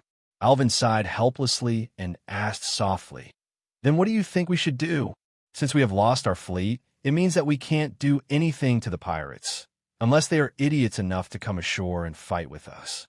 Duke Georgie shook his head and replied, "No, our priority now is not to fight the pirates, but to ensure the supply of food. I believe you have all received the news. The entire Linton City is now full of bankrupt civilians. If this continues, I'm afraid we will collapse before the pirates even attack. Food? Where are we going to get food now? The wheat in the manors outside the city is not even ripe yet." Duke Alexander shouted as he slammed the table. "We have to get food, even if we don't have it. Otherwise, do you want to see tens of thousands of people riot in the city?" Duke Georgie shouted back without backing down. Perhaps it was because of the pressure, their tempers were very irritable, and they were not as mature as they usually were. As the mastermind behind the scene, Loretta Botons saw this scene, and the corners of his mouth curled up slightly, revealing an unnoticeable smile. He quickly said, "Gentlemen, please stop arguing. If you need food urgently, I know who has it." "Who?" the two dukes asked in unison. Loretta smiled playfully and replied, "Of course it's our genius potion master, Andre. If I remember correctly, he has been hoarding food since a month or two ago. He also planted a lot of rice in his territory. Calculating the time, it should be just in time for the harvest." Chapter 9:14. Are you sure? Duke Georgie clenched his fists nervously. From a certain point of view, this was the last straw that could save his life. He had to hold on to it no matter what. "Yes, I'm very sure. If you don't believe me, you can visit Steward Abner at the Two-Ways Valley. I'm sure he'll give you a satisfactory answer." Loretta stood up and bowed, turning to leave the meeting room that was specially prepared for dukes. After watching him disappear into the corridor, Duke Alexander took a deep breath and asked in an unusually serious tone, "My friend, tell me your decision. That young man called Andre is no longer someone that can be easily manipulated. Be it the conservative nobles or President Boris, they all have great expectations for him. Do you think we have a choice? Let's go. We'll first pay a visit to Anastasia's butler, Borg. If Lorton's information is correct, it's impossible for him to be completely ignorant." Duke Georgie rubbed his swollen head as a helpless, bitter smile appeared on his face. Normally, a mere slave-born steward wouldn't require a duke to personally deal with him. However, anyone with food would be the savior of Linton City. He had no choice but to put down his pride and try to get more food from the steward to stabilize the situation. After all, if chaos broke out in the city, the ones who would suffer the most would undoubtedly be the dukes who stood at the top of the pyramid of power. Thus, no matter what, they had to ensure that there wouldn't be a terrifying riot. Leaving the dazed Ian Lockett behind, the remaining two dukes quickly left the meeting room hand in hand. Under the protection of several knights, they got into a carriage and drove to Countess Anastasia's residence. Due to the soaring price of food, a large number of destitute commoners had rushed to the streets to beg for food. The law and order in the city had dropped to freezing point. Even if the city guard stepped up patrols on the streets, it couldn't prevent the situation from worsening. Especially in the dark corners, pedestrians could often be seen being extorted and robbed. It was only a short journey of a few kilometers, but the two dukes already felt fear from the bottom of their hearts. This was because Linton City was like a volcano that was about to erupt, and their family just happened to be sitting at the mouth of the volcano. This chaotic situation only eased slightly when they entered the noble district. When they arrived at the Duchess's mansion, Duke Georgie first asked a servant to deliver a letter of greeting according to etiquette. Not long after, the old butler Borg opened the door and bowed deeply in front of the door. "Welcome, Honorable Duke Georgie and Duke Alexander. I'm really sorry. Because the Countess just went out to sea not long ago, she can't personally entertain the two of you today. Please forgive her. It's all right. I know where Anasta West went.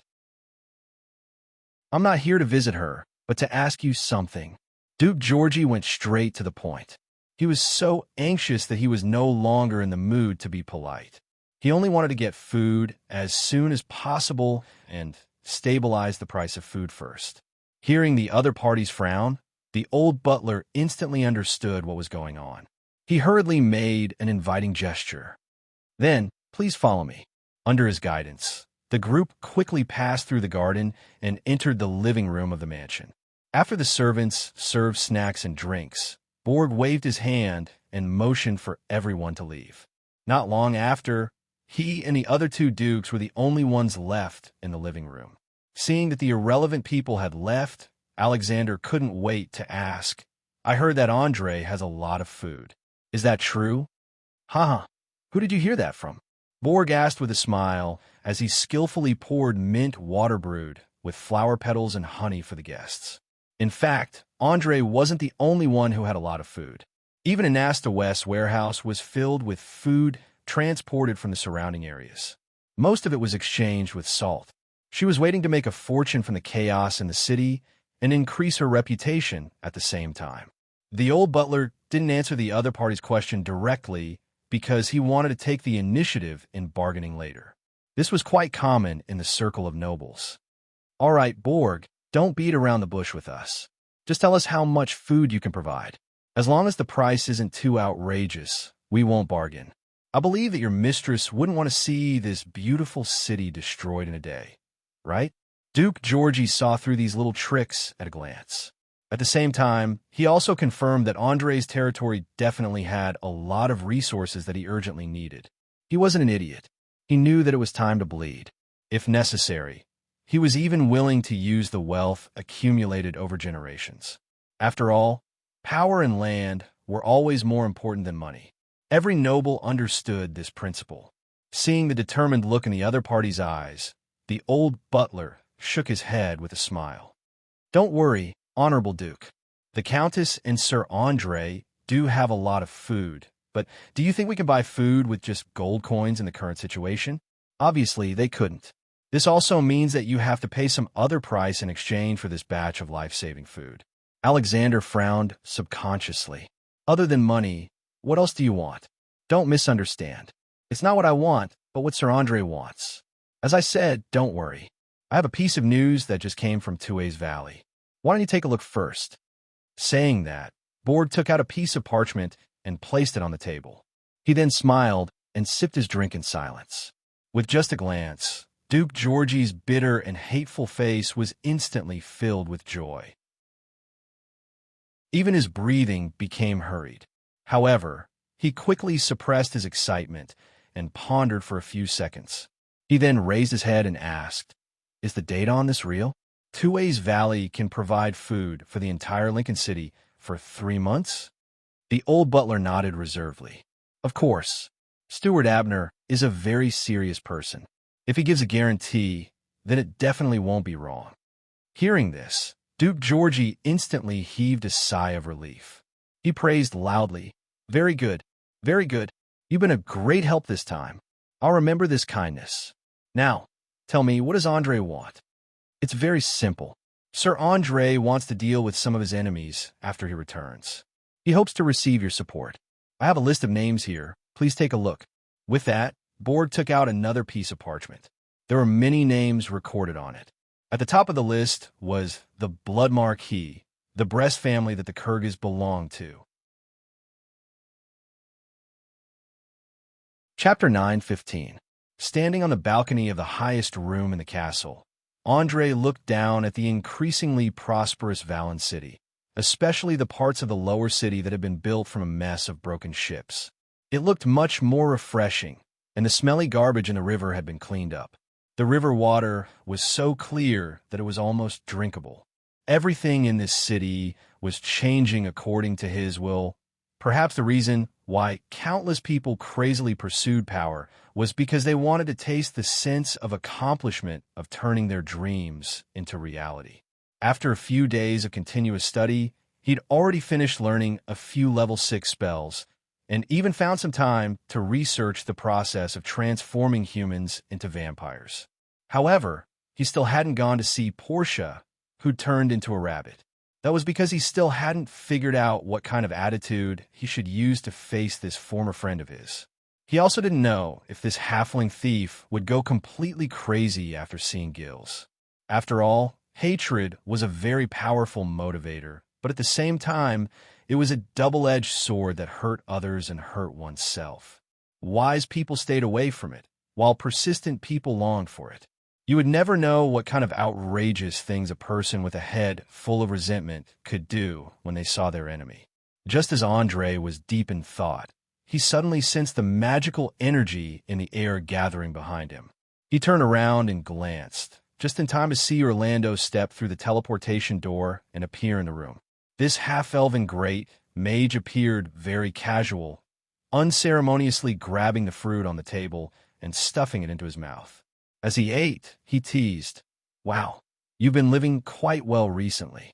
A comfortable room, delicious food, and a young, beautiful, and considerate fiancé.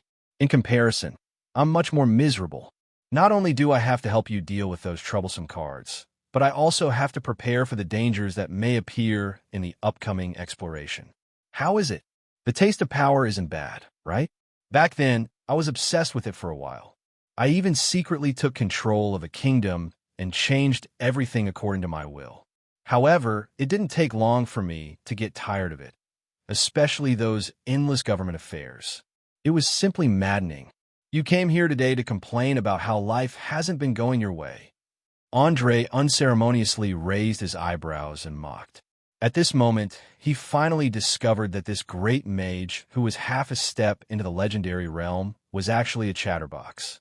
Ever since the two of them had become familiar with each other, this fellow had been chattering away like an annoying parrot whenever he had the chance. He almost could not believe it. They were both powerful spellcasters, but why were their personalities so different? Just look at the Undying King, Absalom Blackburn. How arrogant and cold was he? Just his existence alone was enough to give people a huge sense of threat and pressure. However, the half-elf in front of him was like a person who loved comfort and hated work. He did not have the aura and demeanor that a legendary mage should have. Orlando didn't care what others thought of him at all. He shrugged and said, "No, of course not. I'm here to give you the card, and also to inform you that I've made some progress on the technique to control brain hormones. I believe that it won't be long before I successfully develop 1 or 2 new arcana techniques." After saying that, he took out a stack of processed wizard cards from his pocket. Under the sunlight, each card emitted a faint halo. Andre did not intend to be courteous at all. He directly took his reward in his hand and felt the powerful mana flowing within. He quickly nodded with satisfaction. "Not bad. Our deal is now complete. If I have any new ideas in the future, I'll inform you immediately." "Hee. Thank you so much. You're like a living treasure trove now, filled with countless treasures waiting to be discovered. I hope that one day in the future, I can join hands with you and explore the path that no one has taken before." With that, a trace of anticipation appeared in the half-elf's eyes. Andre smiled faintly and shook his head. "Perhaps. Who knows what will happen in the future? But don't worry, if there really is a day when I need a partner, I promise that you will be my first choice. Also, I have a small question about the undead creatures that I'd like to ask you." "Oh, what is it? Please ask." Although he did not get the affirmative answer he desired, Orlando was not discouraged at all. He believed that as long as he maintained the current close cooperation, sooner or later, he would be able to move the other party. "It's very simple. Do you know of any way to turn a vampire back into a normal person?" Andre asked softly as he fiddled with the card in his hand. Turn a vampire back into a normal person? The half-elf frowned and pondered for a few seconds. Then he shook his head. "Sorry, as far as I know, no. This is because turning a living person into an undead is an irreversible process of life transformation. If you want the half-elf to return to normal, the only way is to completely destroy her and then use the wishing spell to resurrect her. But I don't recommend you to do this because at the moment of a vampire's death, there is a certain chance that the soul will be destroyed. This means that the vampire will never be able to be resurrected." Andre pondered for a moment, then sighed slightly. "All right, I think I understand. By the way, when do you plan to explore the mysterious area at the bottom of the sea?" Orlando hesitated for a moment, then quickly replied, I still need 3 days to prepare. After 3 days, I will personally go and test it out. If I confirm that there is no danger, I will inform you. No problem. I will wait for your notification. But please hurry. In half a month, I will lead the fleet out to destroy a city. I will use destruction and death to tell the world what will happen if they anger me. As he said this, a cold smile appeared on Andrei's face. He could not wait to see the scene of Bakharov's city in flames. Ha ha!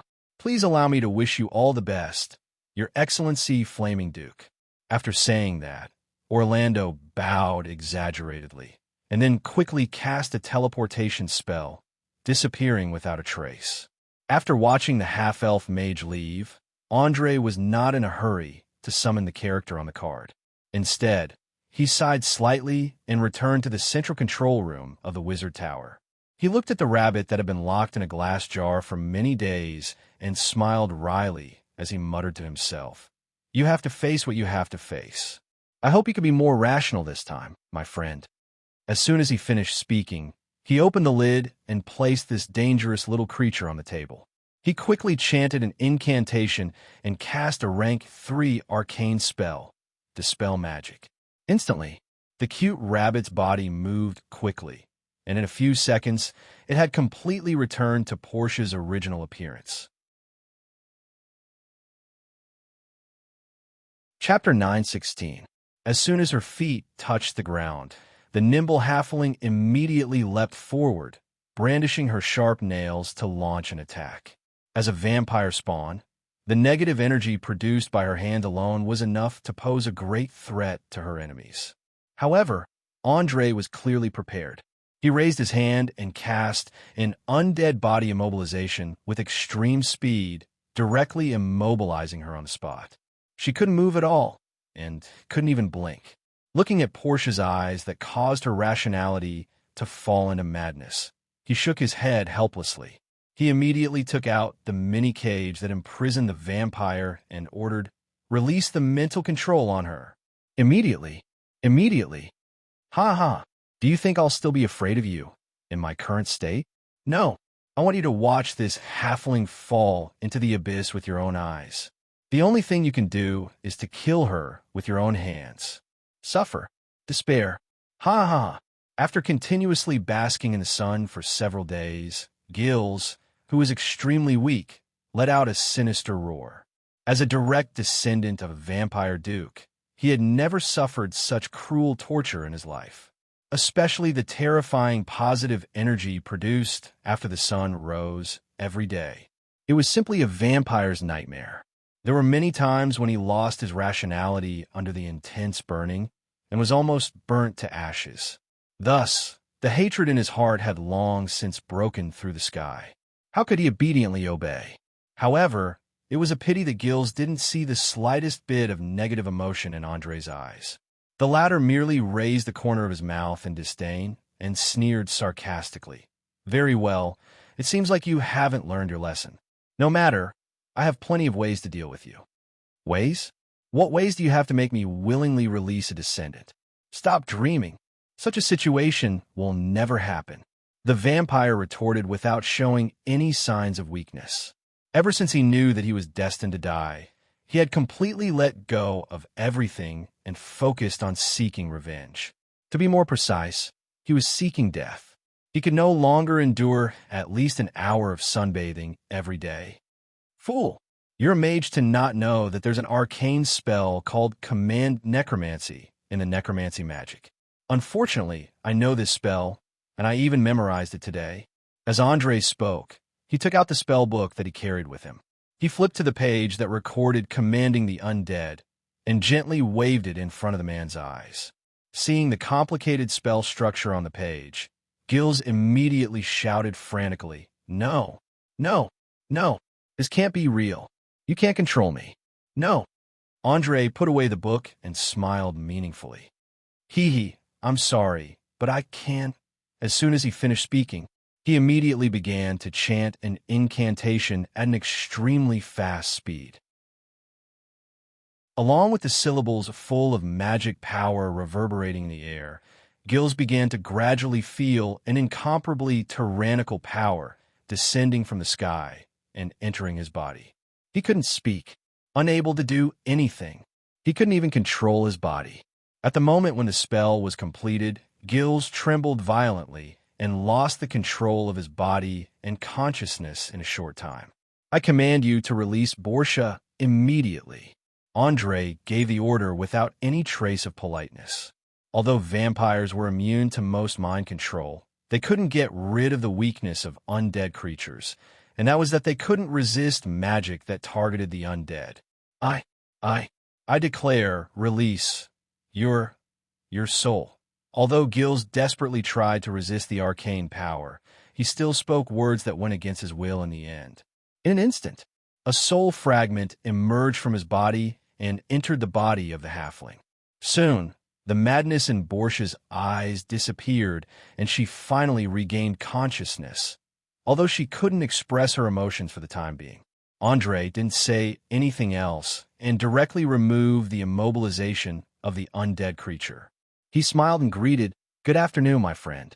How does it feel to be free of control?" How did you do it?"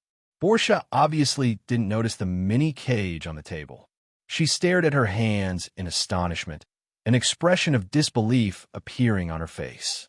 This was the first time she felt that her soul was complete after being forcefully turned into a vampire and was no longer under anyone's control. "It's very simple. I captured your evil master."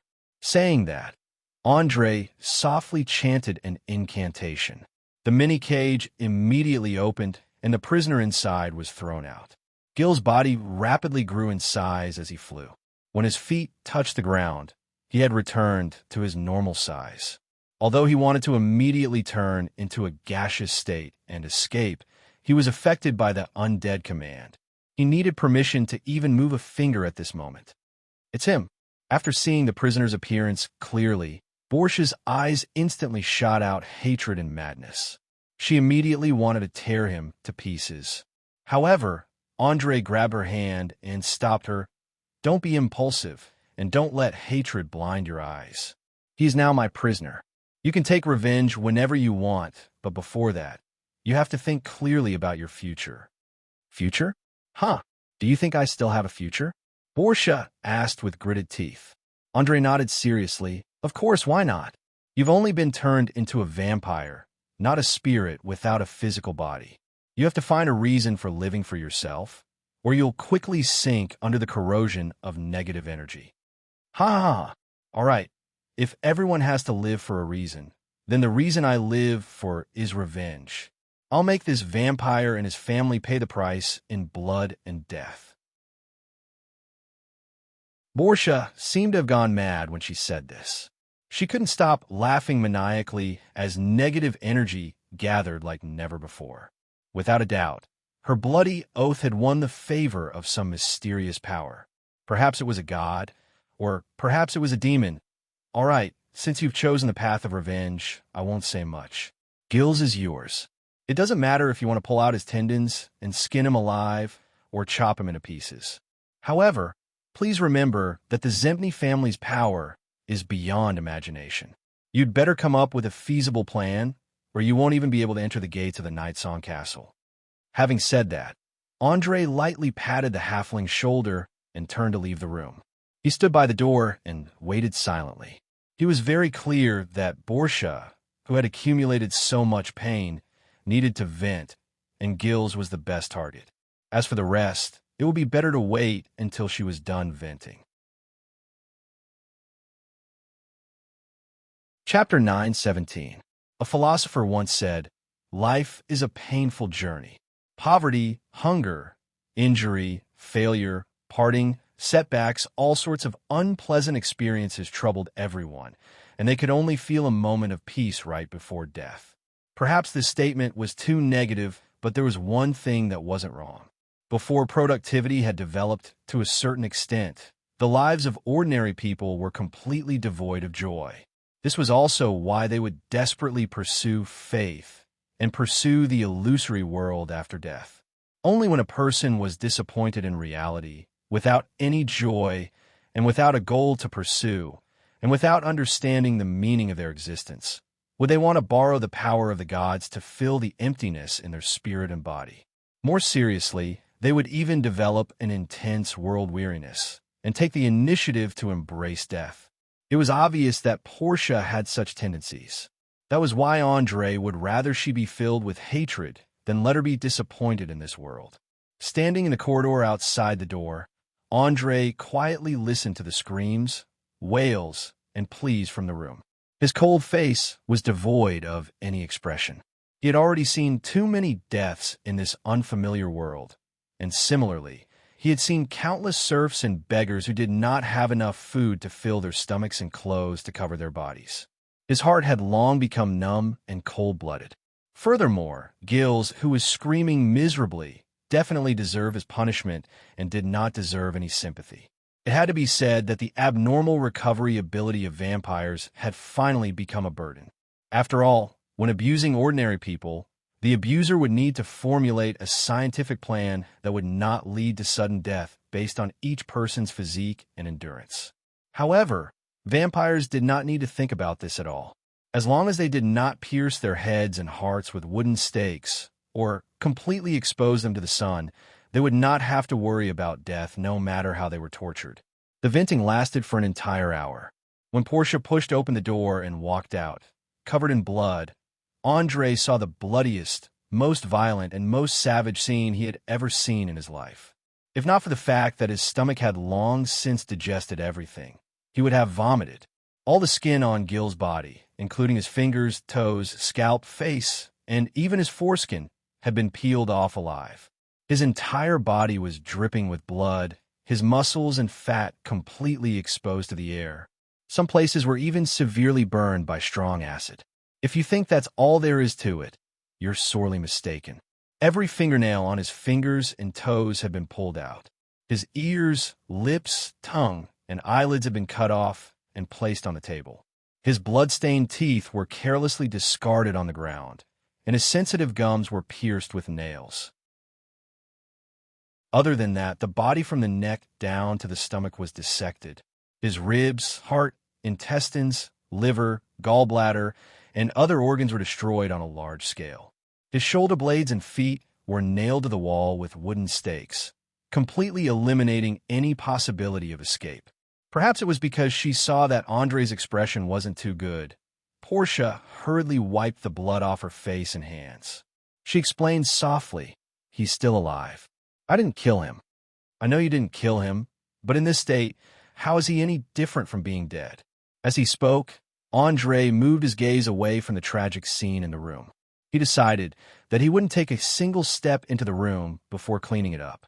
Otherwise, just the pungent smell of blood would be enough to make an ordinary person vomit out the last bit of food in their stomach. Portia stood silently on the spot, as if she couldn't be bothered to retort. After all, she had already become the evil vampire in the bard's stories, so she didn't care what others thought of her. Andre sighed helplessly and asked softly, "Tell me, what plans do you have for the future?" "I plan to go to the north, to the Nightsong Fortress, and join this famous vampire family. I'll destroy and disintegrate them from the inside, and make the Zempni family disappear from this world forever." Portia licked the blood off her lips and replied with a sinister expression, "Taking revenge on a large vampire family isn't an easy task. Are you sure you're prepared?" Andre was trying his best, hoping to pull this unfortunate halfling out of the abyss. Unfortunately, Portia had already made up her mind. She glared at the half-dead Gilles with her scarlet eyes and said, "Of course, I can use the name of his descendant to infiltrate the enemy's ranks and slowly build my own forces through assassination, threats, and bribery. When the time is right, I'll make this family disappear completely in one fell swoop. After all, I have an almost unlimited lifespan and time to slowly complete this revenge. Isn't that right? All right, this is the path you've chosen, and I have no right to interfere. But as a friend, I'll give you 2 magical items before I leave. I hope they'll come in handy in the future." With that, Andre took out a pure black cloak from his multidimensional bag, as well as a magic revolver and a bag of bullets that he'd spent a large sum of money to make. He pointed at the cloak and a revolver and introduced, "This cloak is woven with special threads and imbued with a large amount of shadow energy. It can block out most of the light. It allows you to walk under the sun without being destroyed. Although you'll still have to endure immense pain, at least you won't have to worry about being burned to death. As for this thing called a revolver, it's the product of one of my experiments. It can shoot bullets faster than the speed of sound. As long as you pull the trigger, it can penetrate most armor and shields in an instant. There are many enchanted bullets here, especially positive bullets, which can cause great damage to vampires. I believe you'll come in handy in the future." Portia didn't decline and directly took the cloak and put on. At the same time, she fiddled with the revolver. After understanding how it worked, she quickly put it on her waist, took a deep breath, and took 2 steps forward to give Andre a hug. Thank you. Old Bernie is dead. God has also left me. You're now my last friend. Live well, and I hope we'll meet again in the future. I'm sorry. I'm afraid I can't accompany you on this adventure." After saying this, she turned into a bat and flew toward the portal in the direction of the exit without looking back. Watching the hate-filled halfling disappear at the end of the corridor, Andre stood in the same place for a few minutes in melancholy. He immediately ordered the golem to grab Gills, who was nailed to the wall by a wooden stake, and cast a teleportation spell to leave the underground mage tower. Before killing this guy, he still had one more thing to do, and that was to subdue the rat man, Ken Coppet. Chapter 9:18. No one knew what Andre and Ken Coppet had talked about, and no one knew what agreement they had reached. In short, when night fell, the leader of the rat men, who was proficient in intelligence gathering and spying, finally announced his loyalty to Andre in front of all his subordinates, becoming another important force in his hands. After all, in this world without surveillance cameras, spy satellites, drones, or eavesdropping devices, one had to rely on the power of people to obtain information in a timely manner, and a well-established intelligence organization was absolutely indispensable. With Kinkapard's loyalty, Andre's control over the entire Sardinia archipelago instantly rose to a whole new level. The pervasive Ratman thieves continuously recorded everything that happened in the city, and then selected the more important ones to submit. For example, Old George had recently met with those nobles and talked about something in private. Another example was how the smugglers led by Willie Galt suppressed the nobles who were trying to seize the market through trade. With this information, Andre could more accurately control the balance within the alliance and ensure that no side had a chance to win. Time flew by, and July slipped away without anyone noticing. The entire South had finally officially entered August, the hottest month. At the same time, it was also the season for countless merchant ships to sail against the trade winds. This was especially so for the merchant ships that went around the Tora Peninsula and headed towards the only port town in the north, Kasha. They had to reach their destination before winter and rest for 4 to 5 months. They could only return in the spring of the next year. Otherwise, they would have to face the sea that was frozen by the cold wind.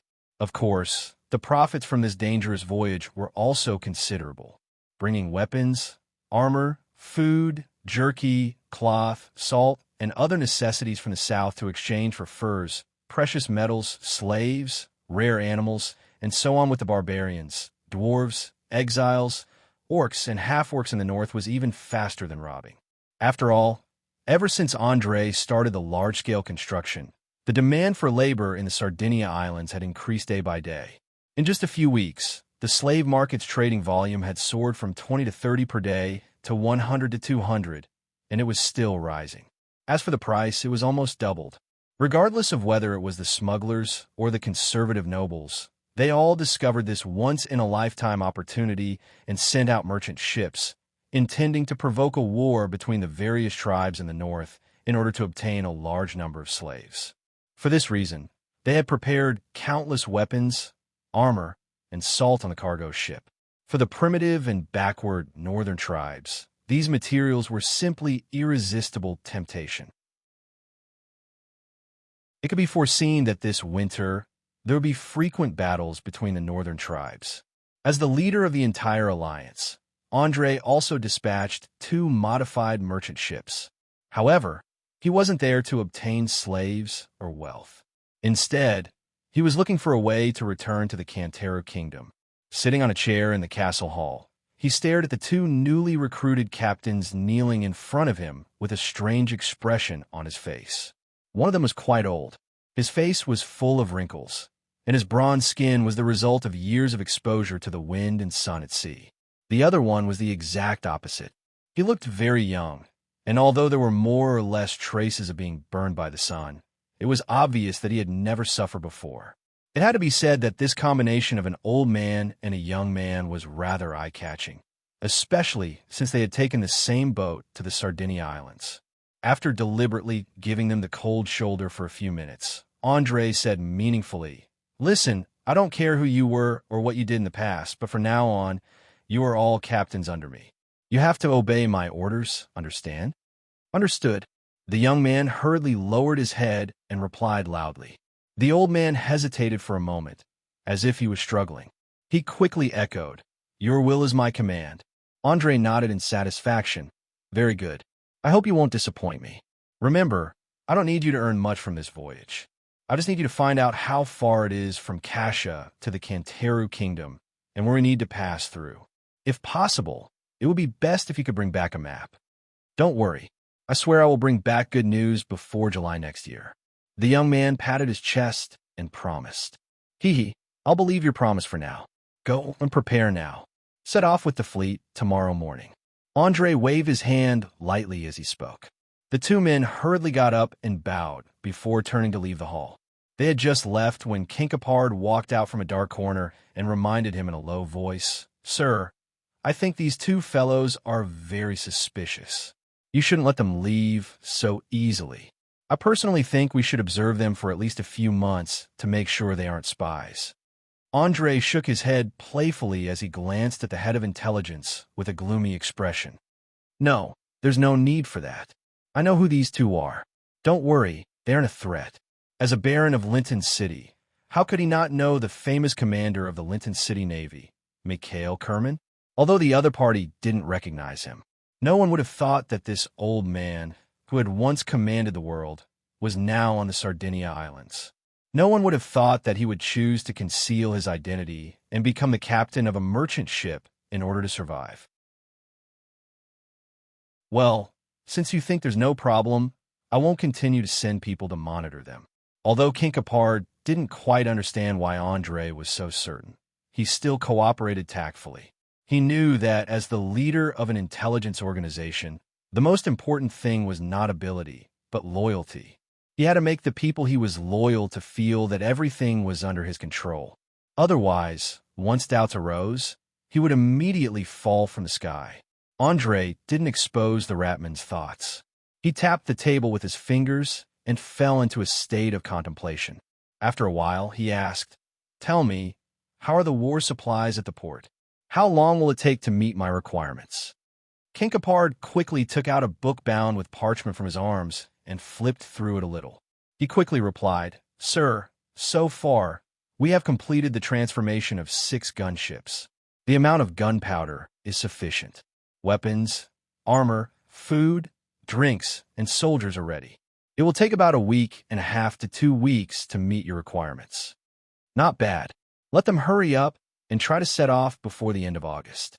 As the alliance began to gradually infiltrate all aspects of the islands, Andre felt that there was no need for him to stay any longer. It was time to return to Linton City to clean up those annoying flies. Kinkapid caught the flash of murderous intent, and his heart trembled. He quickly bowed and said, "Yes, I will pass on this order."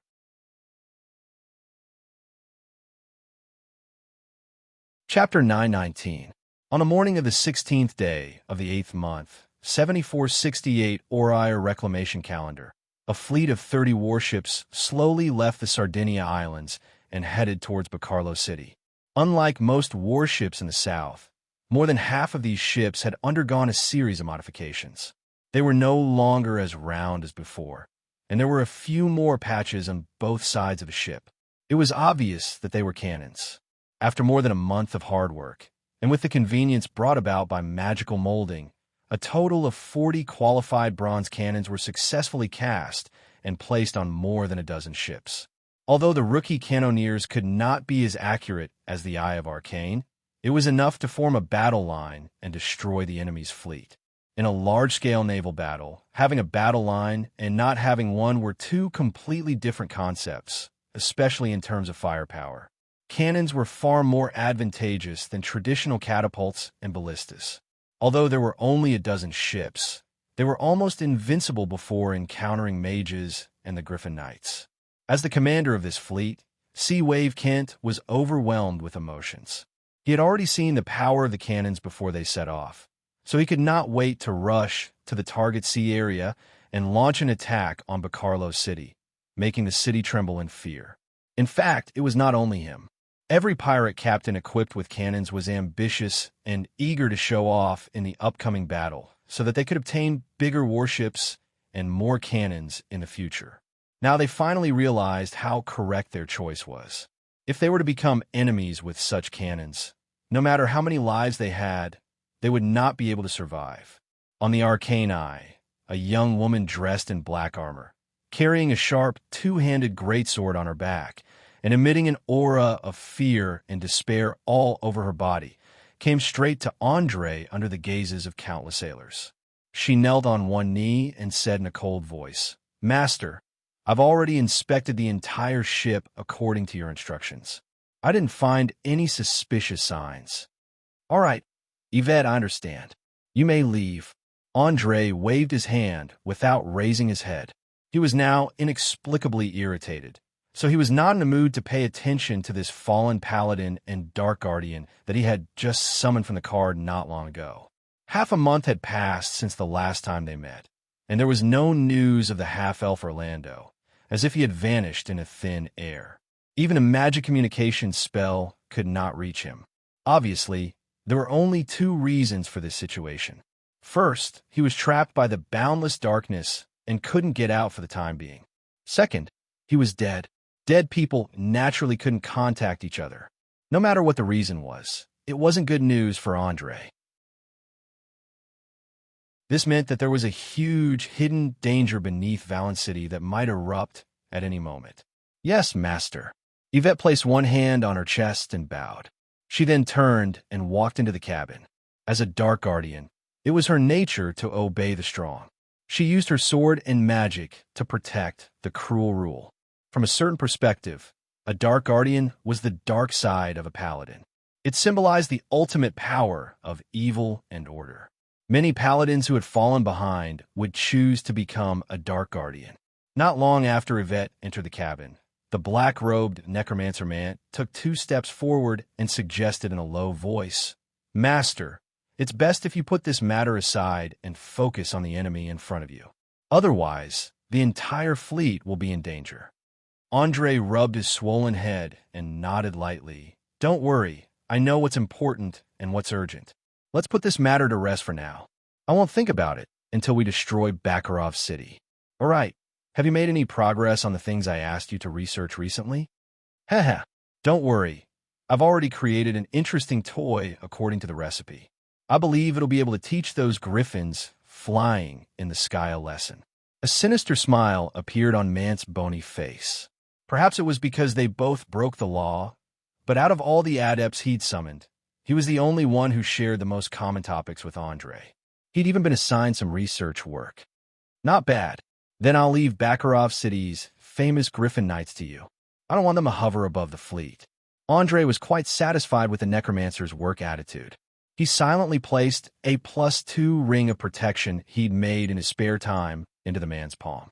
Mant instantly sensed the attributes of the ring, and his eyes were filled with surprise. He quickly put it on his right index finger and bowed deeply with one hand on his chest. "Thank you for your generosity, my beloved master. Before we reach the designated sea, I will definitely be able to put this little toy into actual combat and make the Griffin Knights completely become history.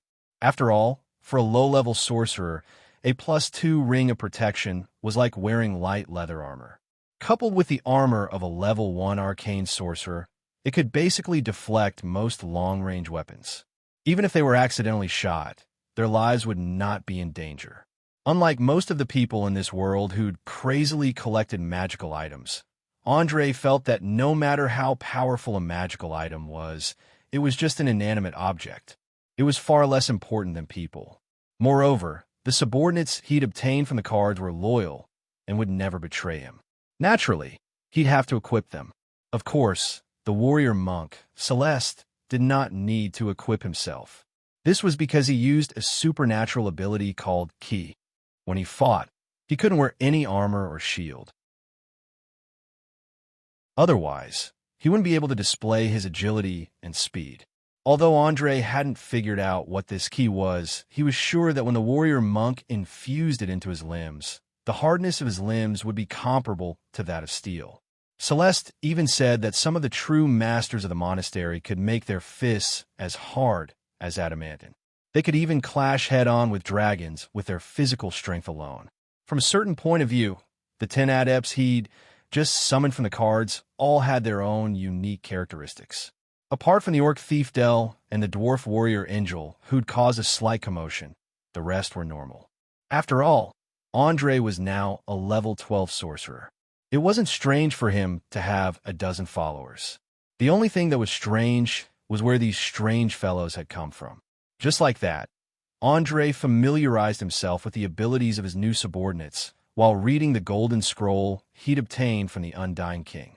Within a few days, the fleet led by Andre had entered the sea controlled by Bakarov City. An earth-shattering battle was about to begin.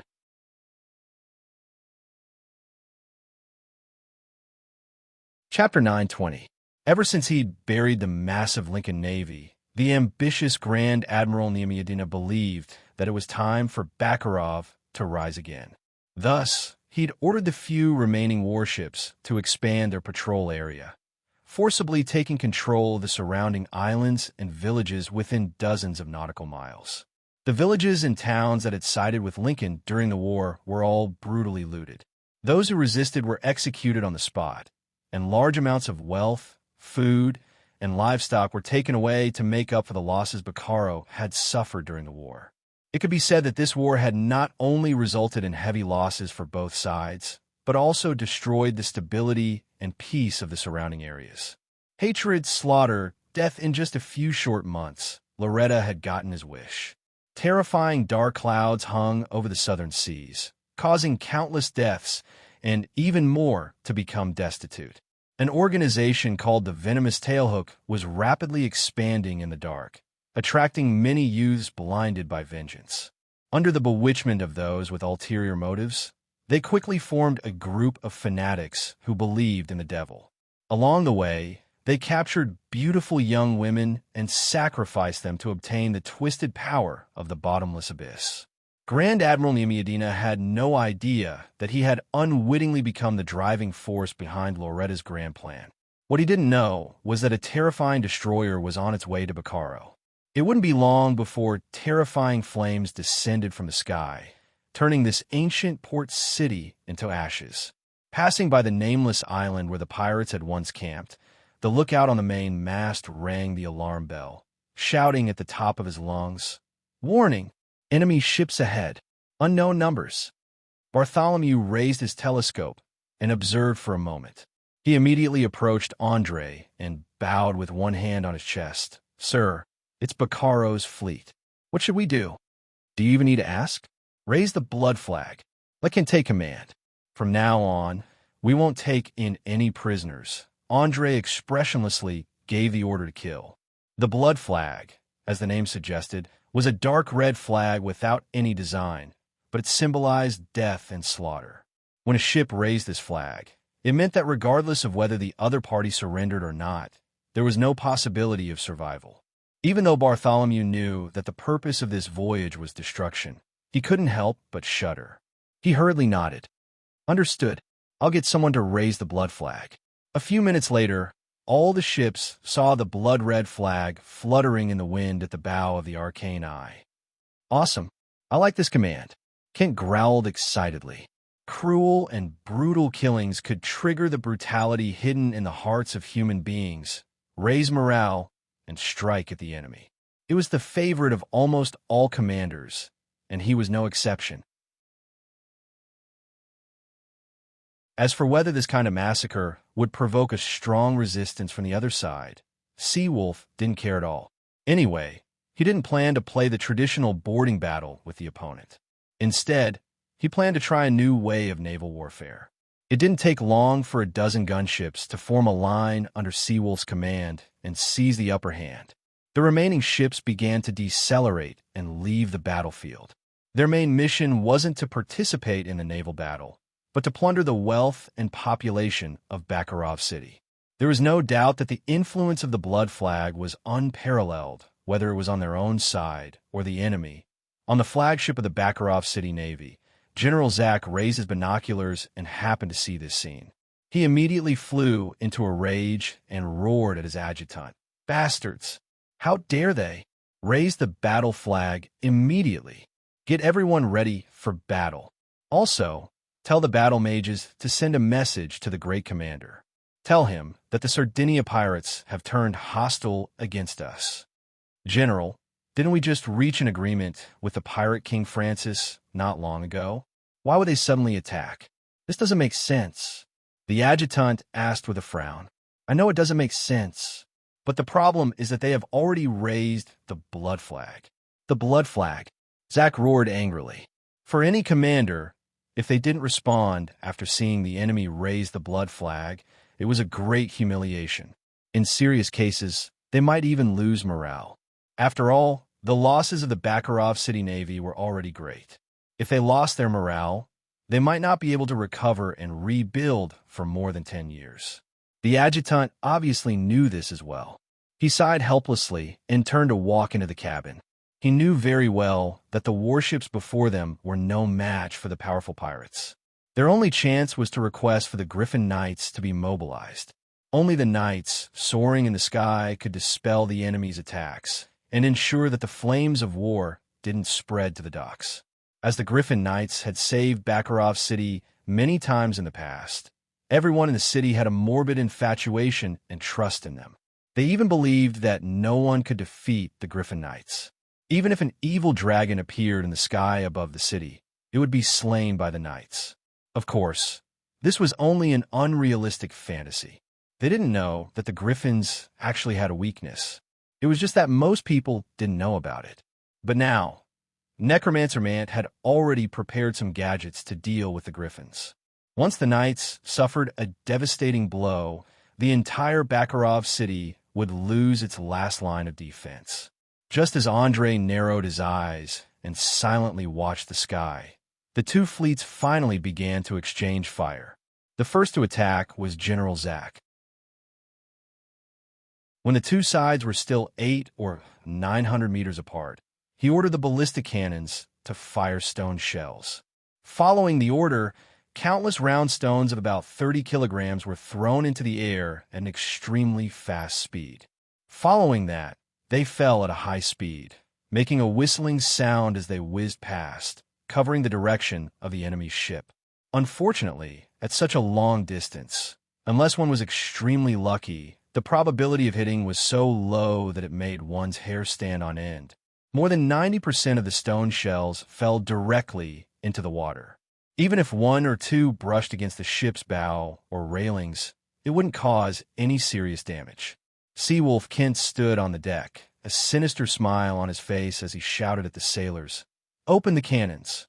Fire in 30 seconds. Captain's orders. Open the cannons. Fire in 30 seconds. Captain's orders. Open the cannons. Fire in 30 seconds."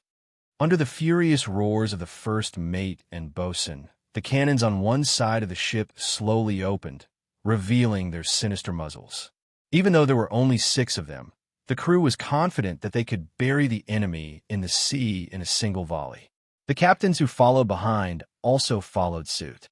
They quickly pushed out their cannons and prepared to fire. They were just waiting for the order to sink the enemy with their heavy metal cannonballs.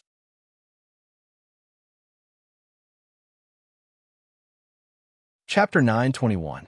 Battle Line versus Boarding Battle. Cannons versus Ballistae plus Catapults. This was destined to be a battle of attrition.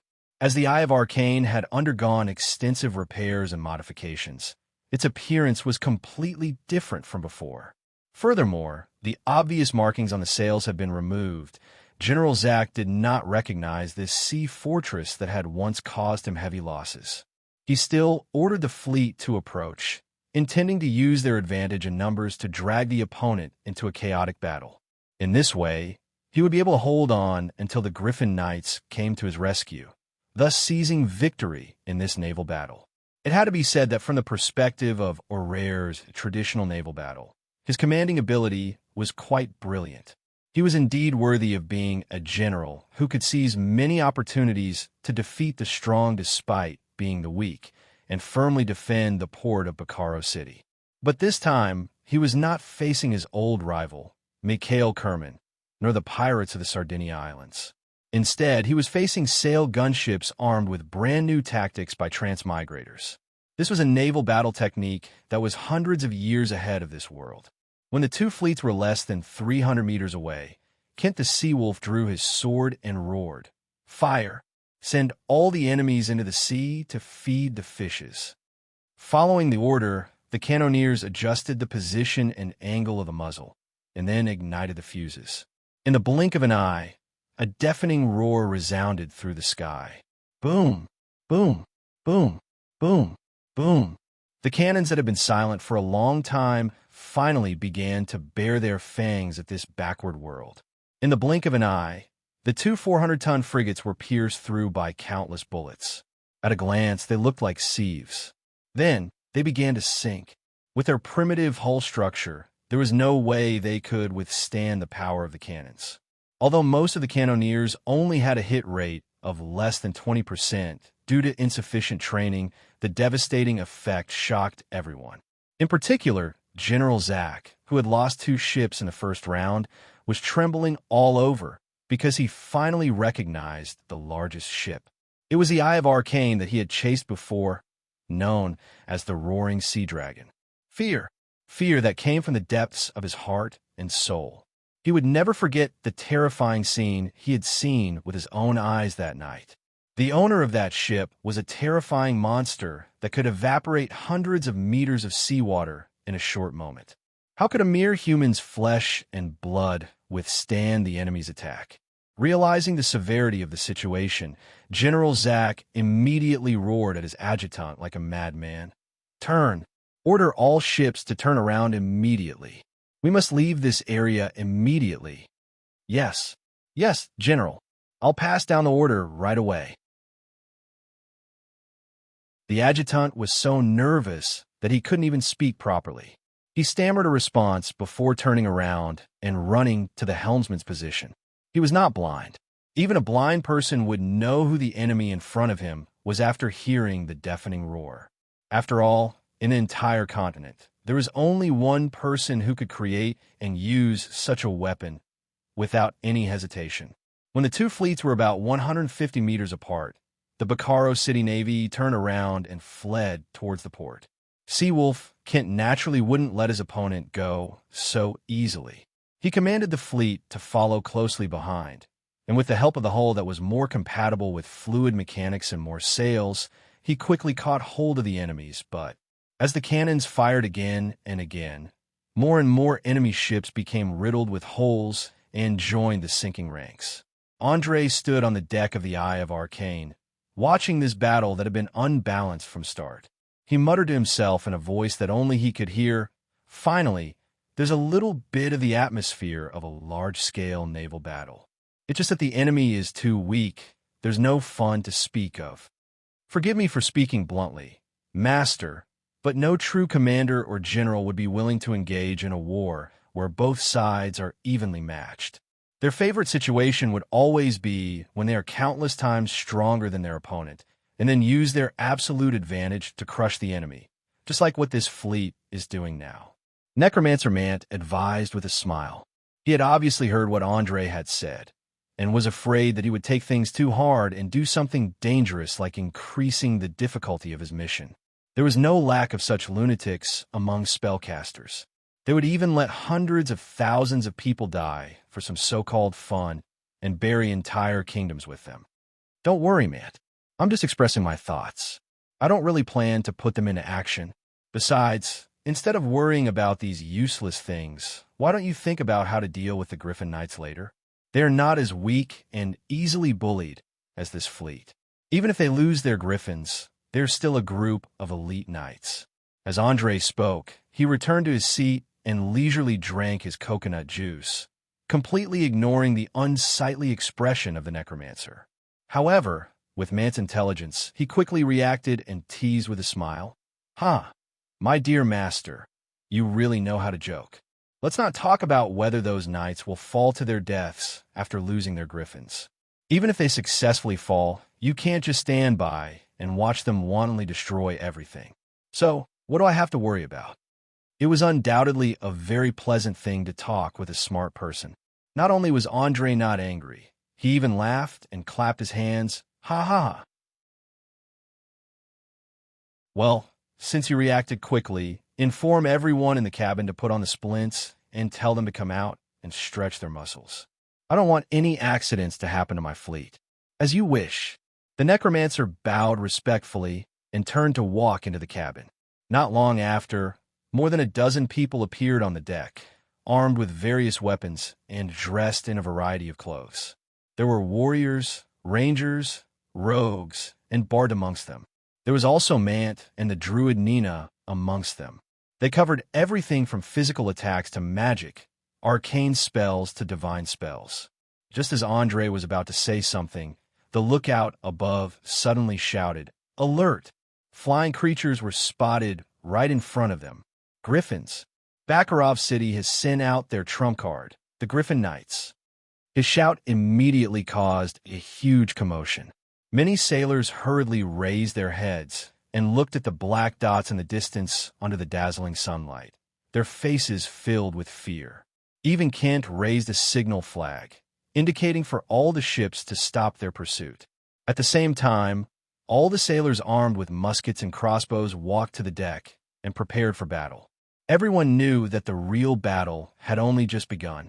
If they couldn't defeat the Griffin Knights, they wouldn't even be able to approach the port.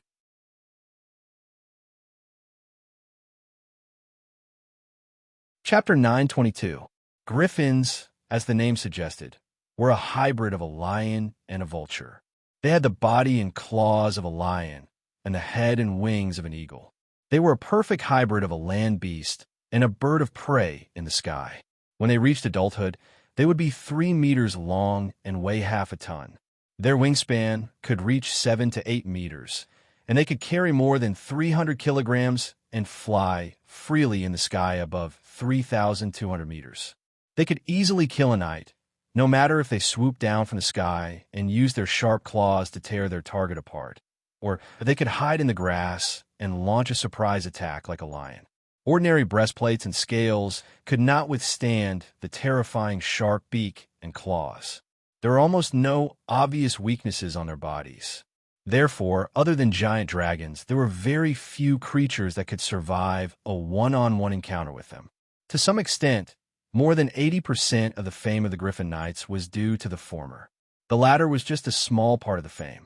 After all, even if an idiot who only knew how to use crossbows rode on the back of a griffin, he could immediately achieve impressive results. No one knew the origin of the griffins. Some said that they were the creations of a certain legendary figure during the most glorious period of the ancient magic civilization. Others said that they came from an alien plane that was rarely visited by humans. It was just like in the Age of Thunder. Countless dragon eggs suddenly fell from the sky, and in the end, they hatched into colorful dragons. But one thing was very clear. The griffins were a very proud, magical creature that was difficult to tame and also very difficult to raise. First of all, they could not be locked in cages. Otherwise, they would immediately refuse to eat, and they could not be whipped. Otherwise, it would lead to serious resistance. Secondly, the fledglings had to choose their owners in about 3 months, which was before the first feather grew out. They had to live together intimately, get familiar with each other, and learn from each other until they could fight together. It would take at least half a year to a year.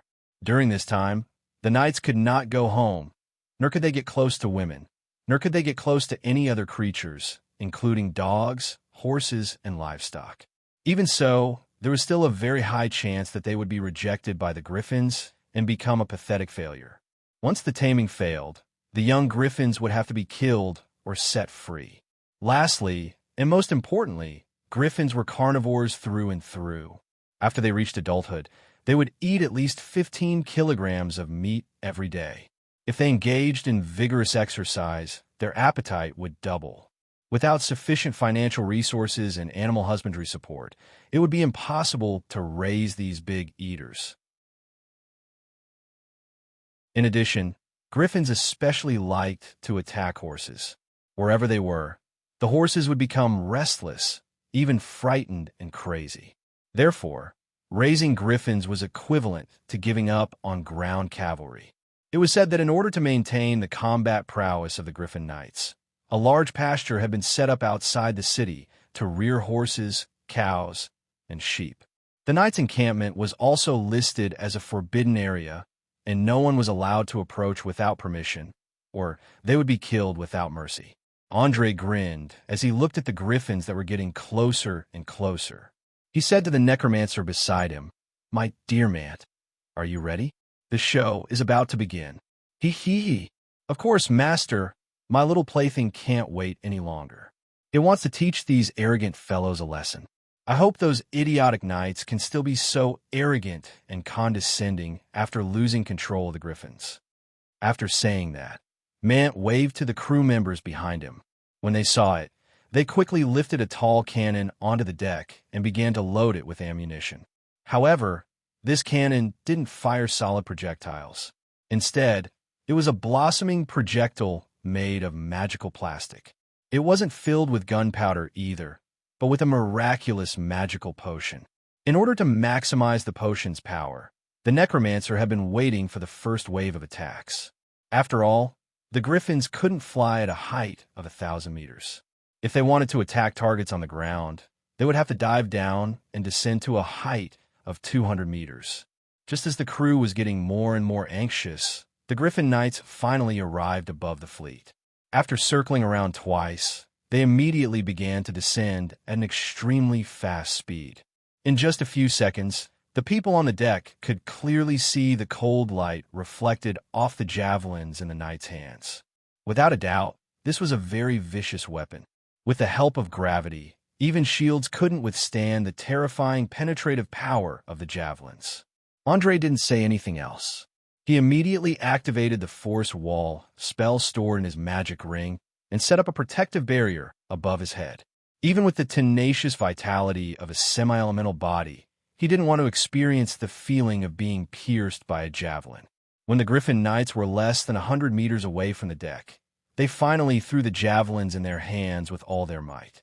The sailors on the deck didn't want to be outdone, either pulling the trigger or shooting arrows.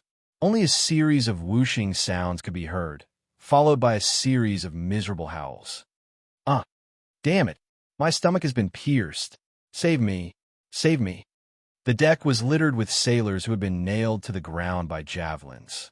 Each of them had a pained expression as they desperately tried to pull out the javelins that had pierced through their bodies. Unfortunately, it was basically impossible to pull out a javelin that was stuck in the deck with just the strength of their hands. Bartholomew, who was in charge of commanding the battle, didn't say anything. He directly raised his weapon and stabbed one of them in the heart, ending his suffering. When the other sailors saw this, they all followed suit and killed the severely injured companions beside them. In this world without surgery, it was impossible to survive such a piercing wound. Although there was a druid, divine spells were limited and needed to be left for more important people. Looking at the Griffin Knights who were gloating over his head, Andre sneered and raised his hand. He snapped his fingers. "Mant, it's your turn. Show these fellows what you're made of." "It's my pleasure." The necromancer placed one hand on his chest and bowed elegantly. He then gestured to the cannoneer behind him. The latter raised a torch and lit the fuse. Instantly, asterisk boom, asterisk an exquisite cannonball engraved with complicated patterns flew into the air at high speed, scaring the Griffin Knights into dodging. However, Just as they thought they had avoided this despicable sneak attack, the patterns on the surface of the cannonball suddenly began to glow. Then, in the next second, bang! The entire cannonball broke into pieces, and a large number of oddly colored water droplets sprayed out from within. These water droplets quickly evaporated under the sun's rays, forming a shimmering mist that shrouded most of the Griffin Knights.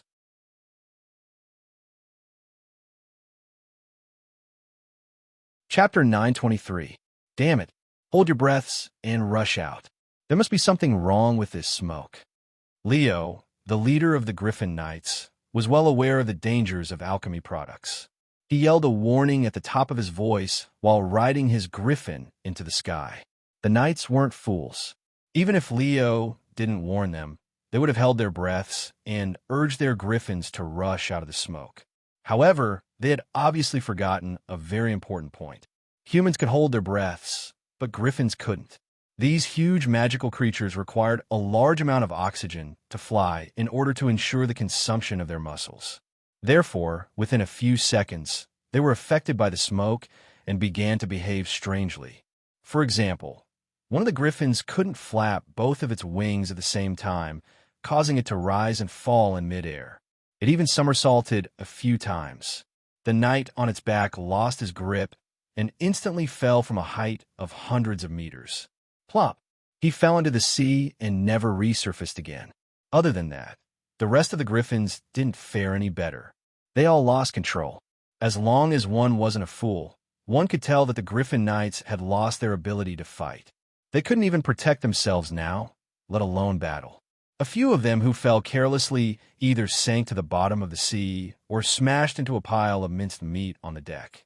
Andre's eyes flickered with a chilling gleam as he looked at the wretched appearances of these proud sons of the heavens. He then said to his subordinates, "It seems that the effects of the potion aren't bad. It's time to let this Knight Legion with a glorious battle record become history. Go and bring me their heads." "Ha ha! As you wish, my dear master." Eunice pulled out the cork with a sinister smile and drank the potion in one gulp. Then, she soared into the air and pounced on a knight riding on a griffin. The other followers that were summoned from the cards also drank the flying potion in one gulp and attacked the enemies in midair. Among them, there were knights, warriors, and dark guards who were adept at charging and breaking through enemy lines. There were also rogues who were adept at ambushing and rangers who could shoot arrows from afar. With the help of the druids and bards, the 6 Griffin Knights who were caught off guard died in the blink of an eye. Seeing so many professionals suddenly rushing out, the leader Leo immediately realized that he had fallen into a trap.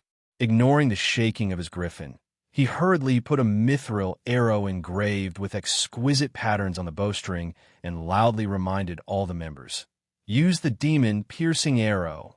We must suppress the enemy before the griffins recover."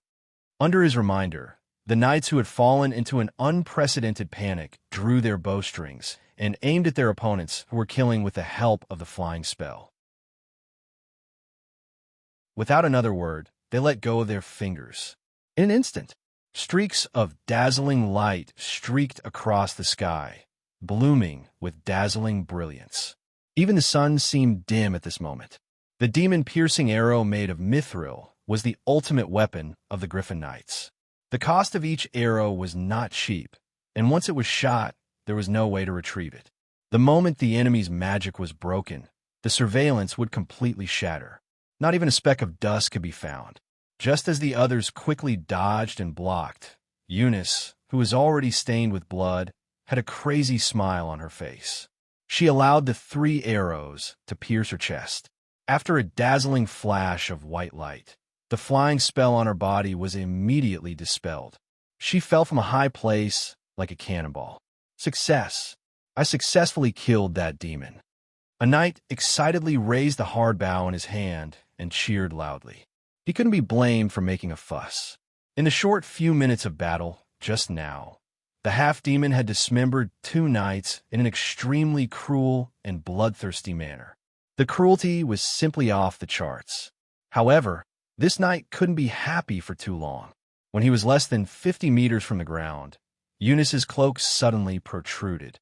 Two huge bat wings opened up with a whoosh, followed by two forceful flaps, and stopped in midair. She glanced at another knight with incomparably evil eyes. The knight's body couldn't help but stiffen for a moment. After that, he subconsciously raised his bow, aimed at his companion, and shot a fatal arrow. Whoosh! Ah! Along with the piercing sound of air, the knight, who was still excited just now, let out a miserable scream. He lowered his head and looked at the blood flowing out of his chest. Then, he turned around and stared at his former friend in disbelief.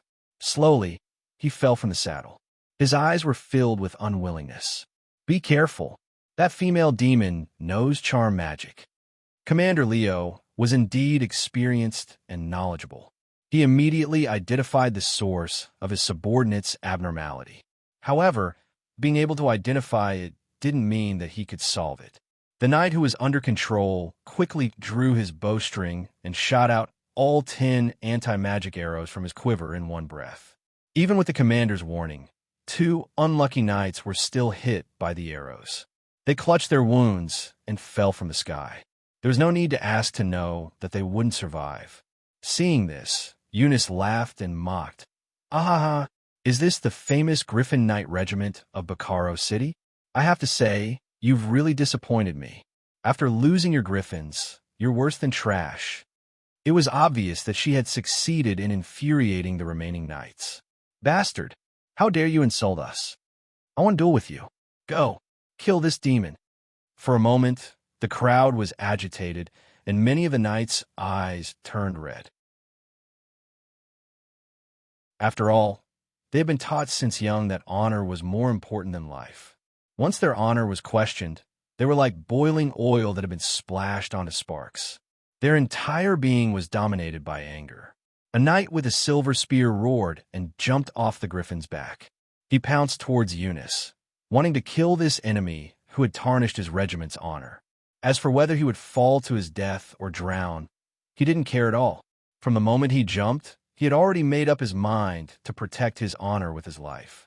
Seeing the knight falling from the sky like a meteor, the corners of Eunice's mouth curled up slightly. Her eyes flashed with a mocking light, and then she did something that left everyone dumbfounded. She didn't clash head-on with her opponent like a warrior full of honor.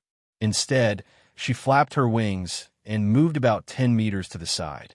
At the same time, she mocked loudly. "Idiot, don't you have a brain? Or do you think I'm as stupid as you? Oh, despicable demon. I'll kill you. I'll kill you."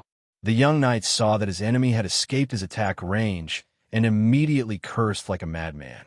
However, no matter how angry he was, it was useless. He could only watch as he fell, and finally fell into the sea with a splash.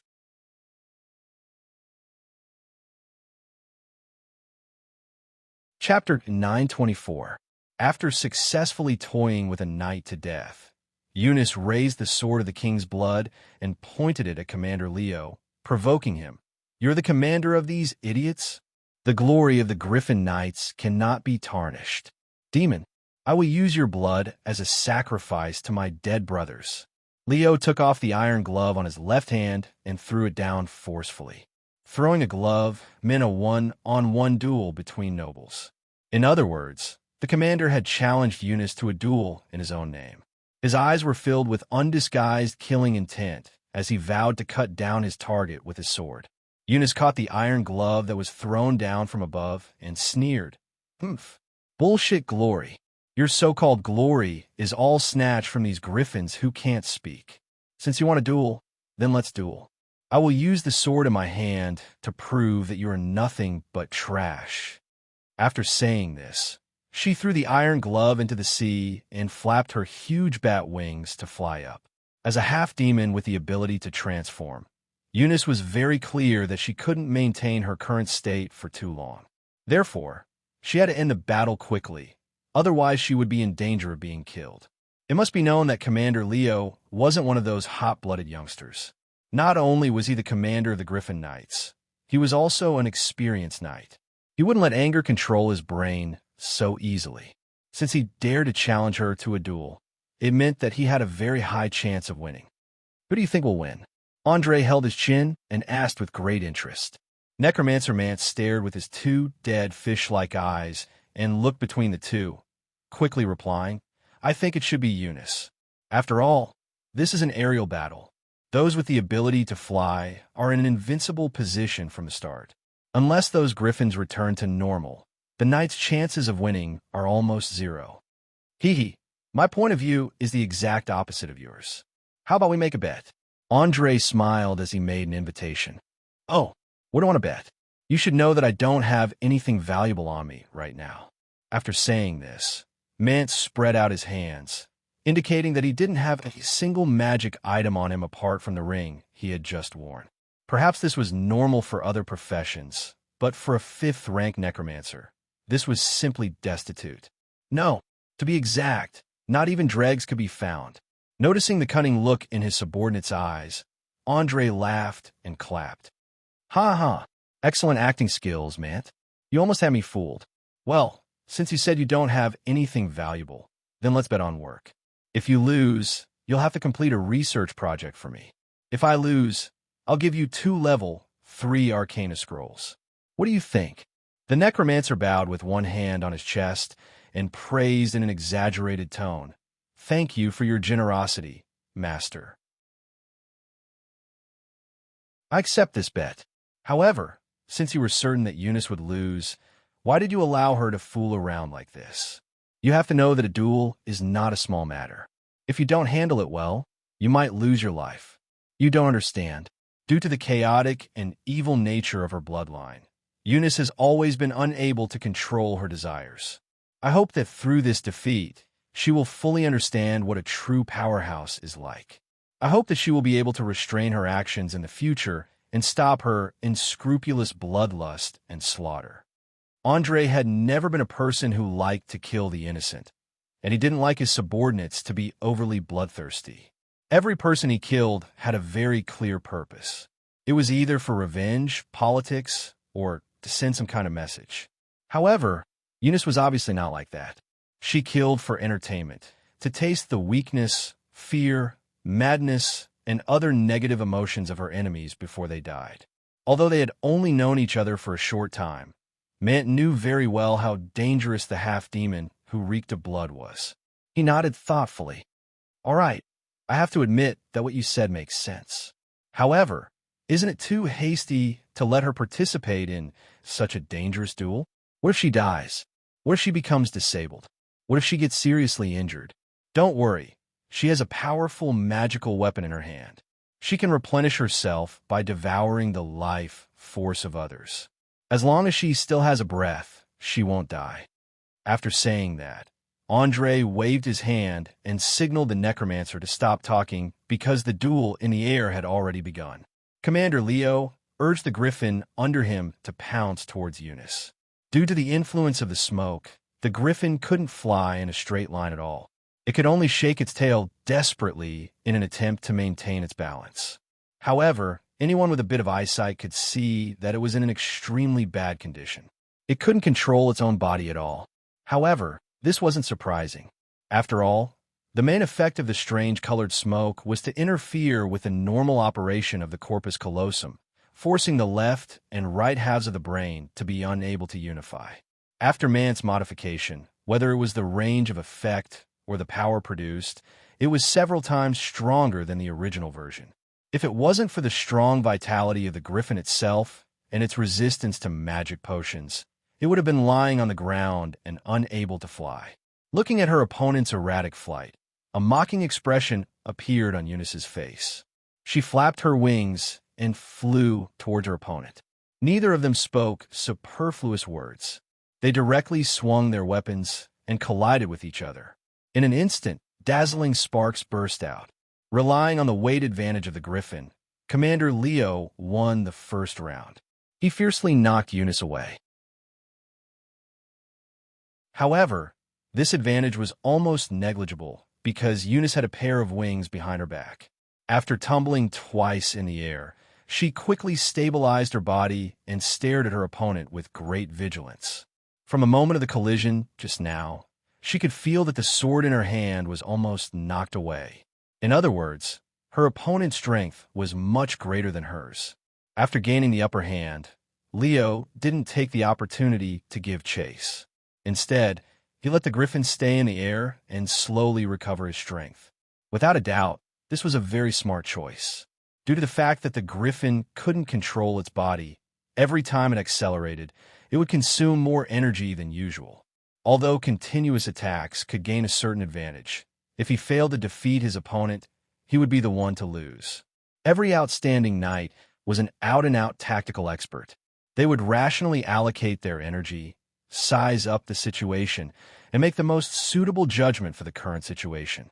Facing an opponent with superb martial arts and a calm and rational mind, Eunice immediately exposed her serious shortcomings. Her reckless personality wasn't good at dealing with enemies who were proficient in tactics.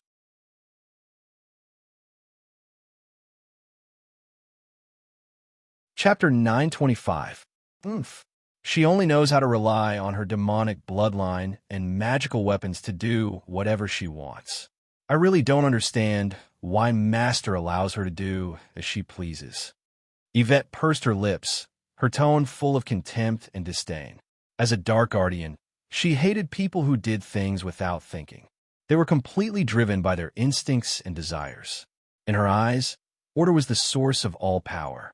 It was the embodiment of the ultimate law of the world. It was a belief that was above evil. Anyone who did not abide by order would only end up in failure. Wild Elf Adeline, who was also a member of the evil faction, smiled and teased. Perhaps our master needs a crazier dog. That way, he can make his enemies feel fear. After all, normal people are afraid of being bitten by a mad dog. What do you think? Mad dog? I like that description. She is indeed like a mad dog. She can't see the difference between her and her opponent. Yvette was obviously happy that someone had the same opinion as her. She turned around and gave the other party a look of approval. Just like the Saint Samurai, the Dark Guardians were also a special class full of charm. They could incite those who were originally good or neutral through words, actions, and actions. If they joined the army of evil, they could even use tricks such as lies, bluffs, and threats to make those who were not mentally strong enough to surrender. They were the ideal commanders of the evil army. They were the executioners who suppressed rebellions against tyranny. They were also the powerful executioners of all kinds of schemes and plots. They were welcomed by evil rulers wherever they went. Even though Andre had not entrusted Yvette with any important tasks, she had vaguely become the leader of the evil faction with her charm alone. Ranger Adeline and Bard Yvonne followed her lead.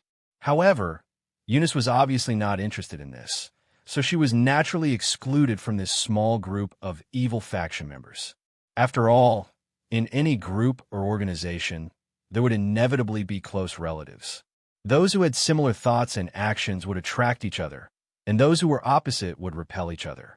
Among Andre's many followers, the good faction, the neutral faction, and the evil faction were all centered around one person, forming three distinct small groups. Eunice was the only one who was excluded at the same time. That was why no one was willing to lend her a helping hand, no matter how miserable she was. It had to be said that this was a terrifying kind of isolation, and at the same time, it was a failure and sorrow of being a person. Great leader Leo keenly noticed this and commanded the griffin to knock Eunice away. He sneered and mocked. "Demon, it seems that your companion doesn't care about your life or death, right?" "Bah!" Eunice spat out a mouthful of blood, her face filled with madness as she roared. "So what?" In this world, the strong were destined to be respected. As long as I can kill you, I am still Master's most capable helper, no matter how dissatisfied they were. If you don't like me anymore, you have to be patient. Master, Leo glanced warily at Andre, who was sitting on the deck. He rested his chin on one hand and stared at the sky with a playful gaze. There was no sign of nervousness or worry on his face.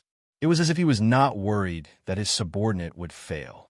Eunice saw the flash of fear in the leader's eyes.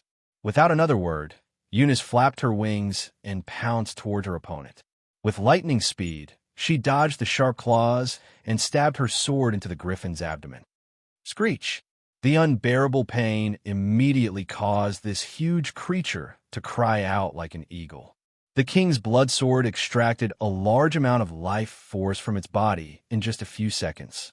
Eunice, who was originally riddled with wounds, became spirited in the blink of an eye. The wounds on her body quickly healed, and a large amount of her strength was also recovered. Not good.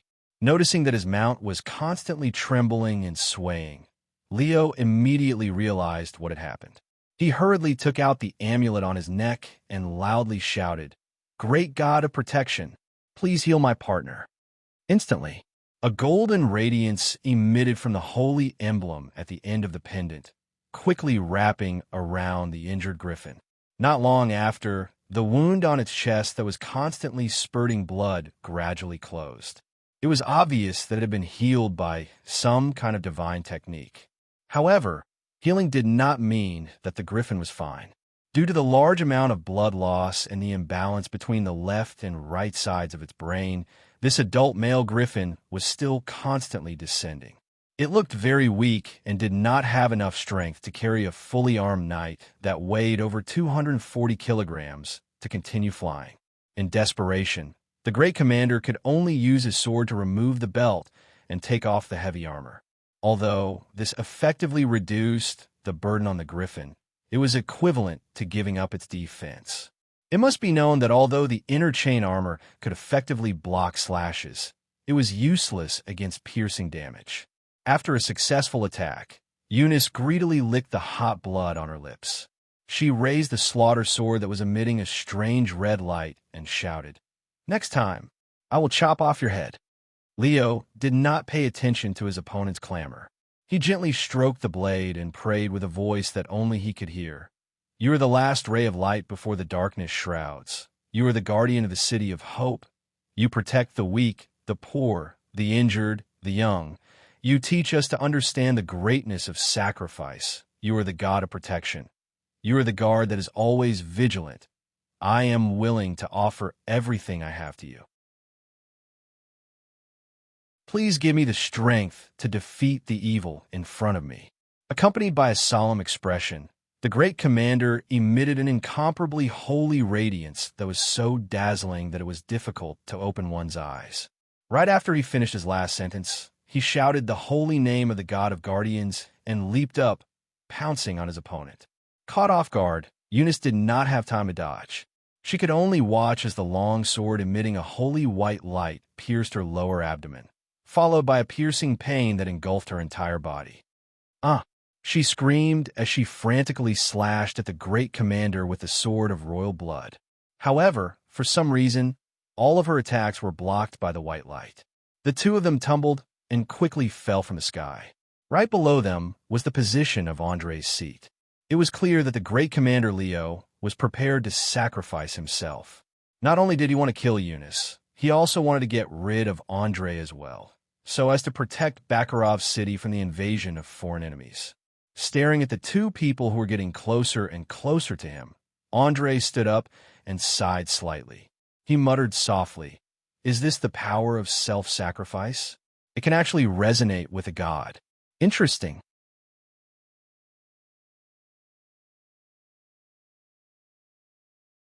Chapter 928. War meant destruction, slaughter, and destruction. No one was willing to fight a war with a failure rate of more than 90% in front of their own home, let alone watch a bustling port city burn to the ground. Thus, negotiations became the only option. Perhaps due to the influence of the feudal system, the nobles of Ori generally regarded war as a continuation of diplomacy. Thus, once the situation was unfavorable to them, they would immediately request for negotiations in an attempt to reduce their losses and ensure that the rear would not be ravaged by the flames of war. Soon, under the leadership of Grand Commander Nimidina, a diplomatic mission led by General Zach rode on a small boat. They raised Baichi high and sailed towards the huge body of the Eye of Arcane. In order to avoid large-scale panic and riots, the upper-class nobles and mages worked together to conceal the fact that the enemy might be the fire elemental prince, the chosen of Aesop Desir. There was no other way. The name of the Flaming Duke was too terrifying. It was like a sharp sword hanging over everyone's head. If news of the Flaming Duke being in the enemy's army spread, the entire Bakarov city would immediately be thrown into an uncontrollable riot. The furious residents and soldiers would first kill all the nobles, and then use their heads in exchange for the forgiveness of the Flaming Duke. After all, this was not the first time such a thing had happened in the southern region.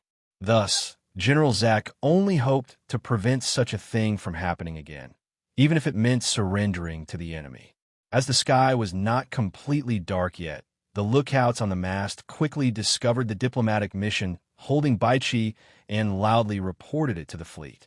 In an instant, the crew, who were already in high morale, burst into loud cheers. When the enemy was at the city's gates, sending out a messenger first meant that they were admitting defeat.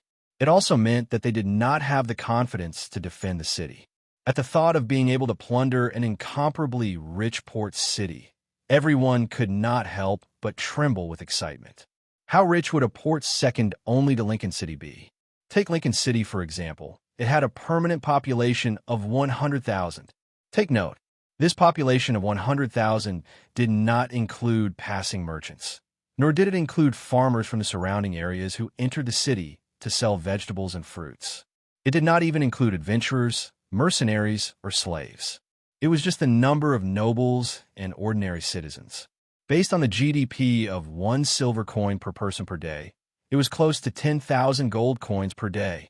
365 days in a year, that was 6 million gold coins. After hundreds of years of accumulation, almost every noble family had a wealth worth more than 1 million gold coins. The entire city's wealth was estimated to be around 30 to 50 million gold coins. As long as they could grab a vote, not to mention the rest of their lives, even their sons, grandsons, and great-grandsons would not have to worry about money for a few generations. Andre smirked as he sensed the excitement from the bottom of their souls. "Mant, bring the messengers here. I really hope they can find a reason to convince me. Otherwise, tonight's fireworks will be very beautiful." "Hee, my evil master, you're too evil.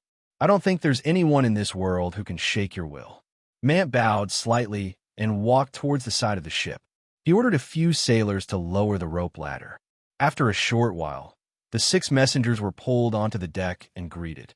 Although there was an almost irreconcilable hatred between them, both sides did not show any disrespect.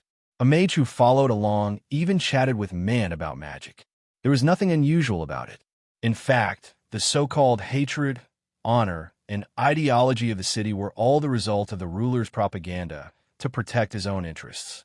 There was no lack of communication between the upper echelons of the city. Some were even related by marriage for generations. Therefore, although many things seemed to be at loggerheads on the surface, it was actually just to divert the internal conflict. It made the people feel that there was something more terrifying that was threatening them, so they would ignore the fact that they were severely exploited and oppressed. Just like the famous 18th century French thinker, philosopher, and educator Rousseau said, patriotism was the last refuge of political hooligans. After a few simple words, the entire group of messengers was brought in front of Andre. As the leader, General Zack hurriedly took 2 steps forward and bowed respectfully. Following that, he presented a scroll wrapped in exquisite silk with both hands. "It is an honor to meet you in person, Honorable Flaming Duke. This is a letter from Commander Niamiadina. Please forgive us for the wrong choice we made earlier." "Forgive? Humph." Andre sneered as he received the scroll. He opened it and glanced at the contents. He quickly extended a finger, and in an instant, scorching flames shot out and burned the scroll to ashes. Unfortunately, these flowery words and seemingly humble words can't make me feel better. Similarly, they can't make up for my loss. Zack was not angered by this obviously provocative action. Instead, he bowed in fear and trepidation and waved his hand lightly, indicating for a servant to bring up a wooden box. "Sir, I know that a verbal apology won't be able to quench your anger, so I specially brought a small gift. Please give us a chance to talk." Having said that, he raised his hand and opened the box. A dazzling blue radiance was immediately released from within. There were at least 200 high-quality water sapphires lying in the box. Every one of them was the purest light blue, without a trace of impurities. They were like fairies of the sea, releasing faint magical waves. Without a doubt, these water attribute gems were the size of quail eggs.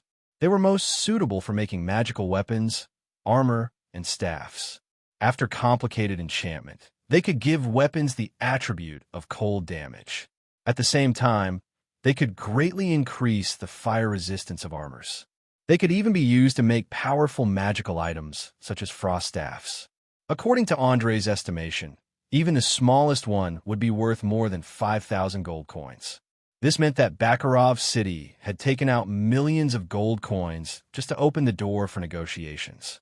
It had to be said that this was definitely a shocking amount of money. Their goal was undoubtedly to completely knock him out with money. Andre had never rejected anything that came to him for free. He smiled playfully and nodded. "All right, seeing that you're sincere, I'm willing to listen to your so-called explanation. But remember, you only have 5 minutes left. After 5 minutes, I will launch the first round of attacks on the port. At that time, no matter what you say, it will be useless. I believe that with your intelligence, you should understand what I mean, right?"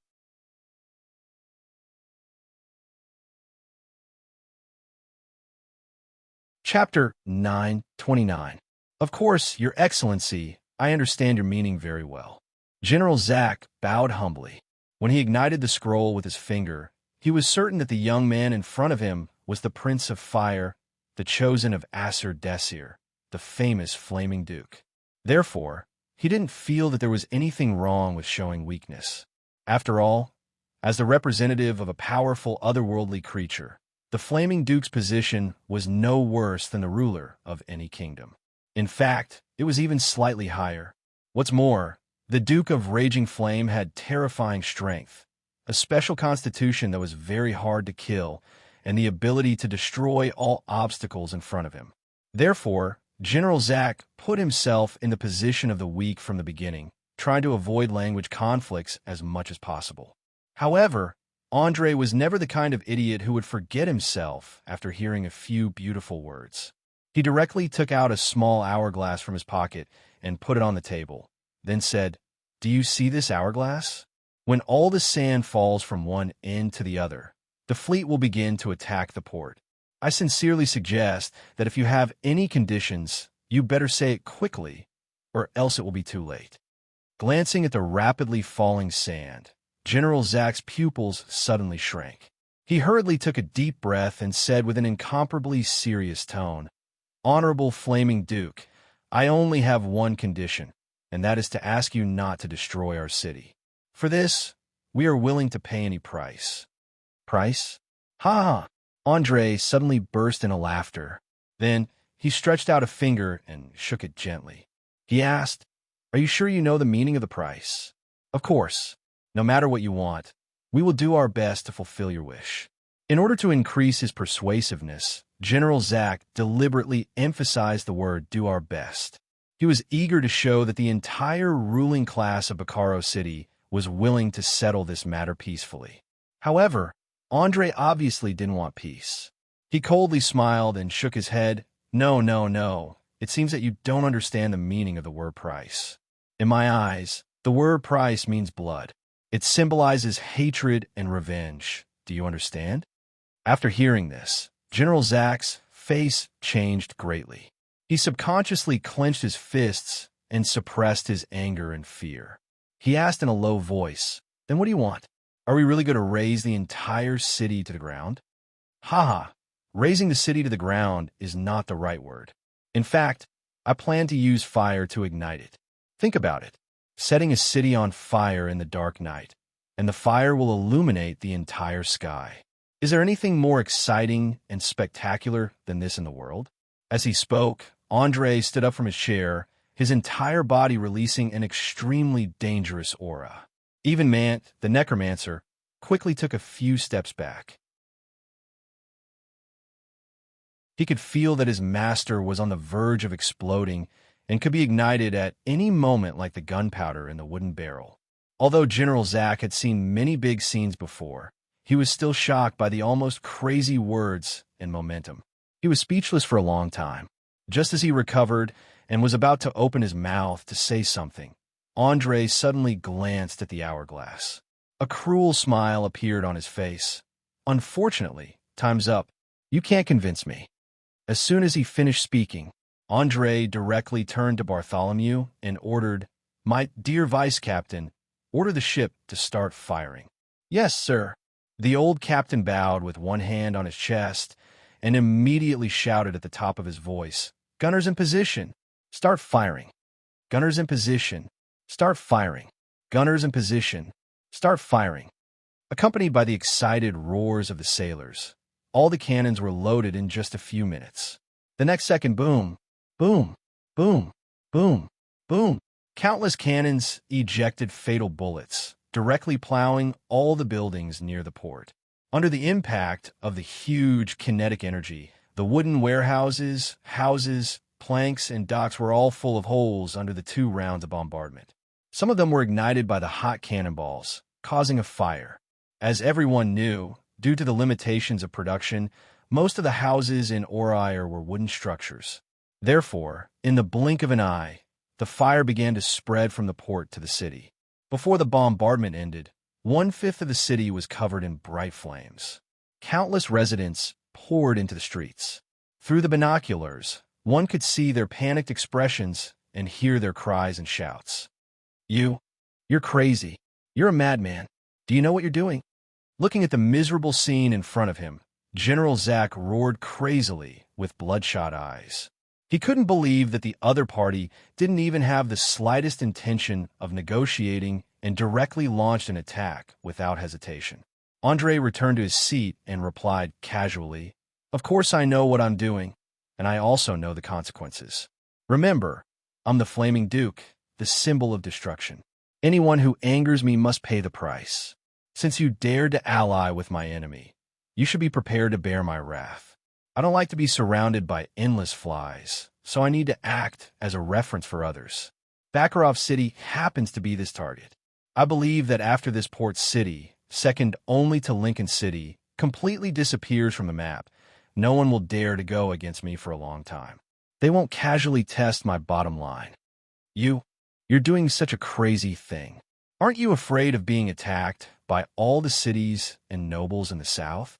General Zack's entire body was trembling uncontrollably. Half of it was due to anger. After all, anyone with dignity couldn't remain indifferent to the contempt in these words.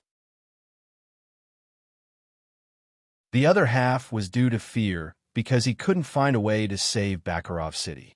The real Flaming Duke hadn't even personally made a move. Just these mysterious weapons that were constantly making loud noises were enough to plunge Bakarov City into panic and despair. It wouldn't be long before the city's order completely collapsed. He didn't dare imagine what the city would be like if the young man in front of him personally made a move.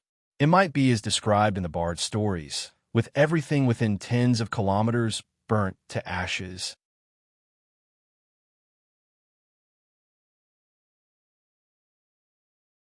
Chapter 9:30. The deafening bombardment lasted for half an hour, until every cannon began to turn red and hot. Only then did the gunners stop reluctantly. When the bombardment stopped, everyone was surprised to find that all the buildings within the range of the cannons were gone, leaving only ruins. Many soldiers and dock workers who did not manage to escape in time were killed by the terrifying bombardment. All kinds of broken limbs were piled up in the streets. A large number of women and children wandered the streets, crying. It was a doomsday-like scene. Only the ships docked near the docks were spared. Because the sailors had long regarded these ships as their own spoils of war, they were not willing to indiscriminately bombard them.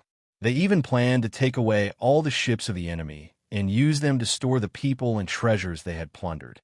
Looking at the fireworks in the harbor, Andre felt that the power of the Prince of Fire Elements, Isolde, in his body was rapidly expanding.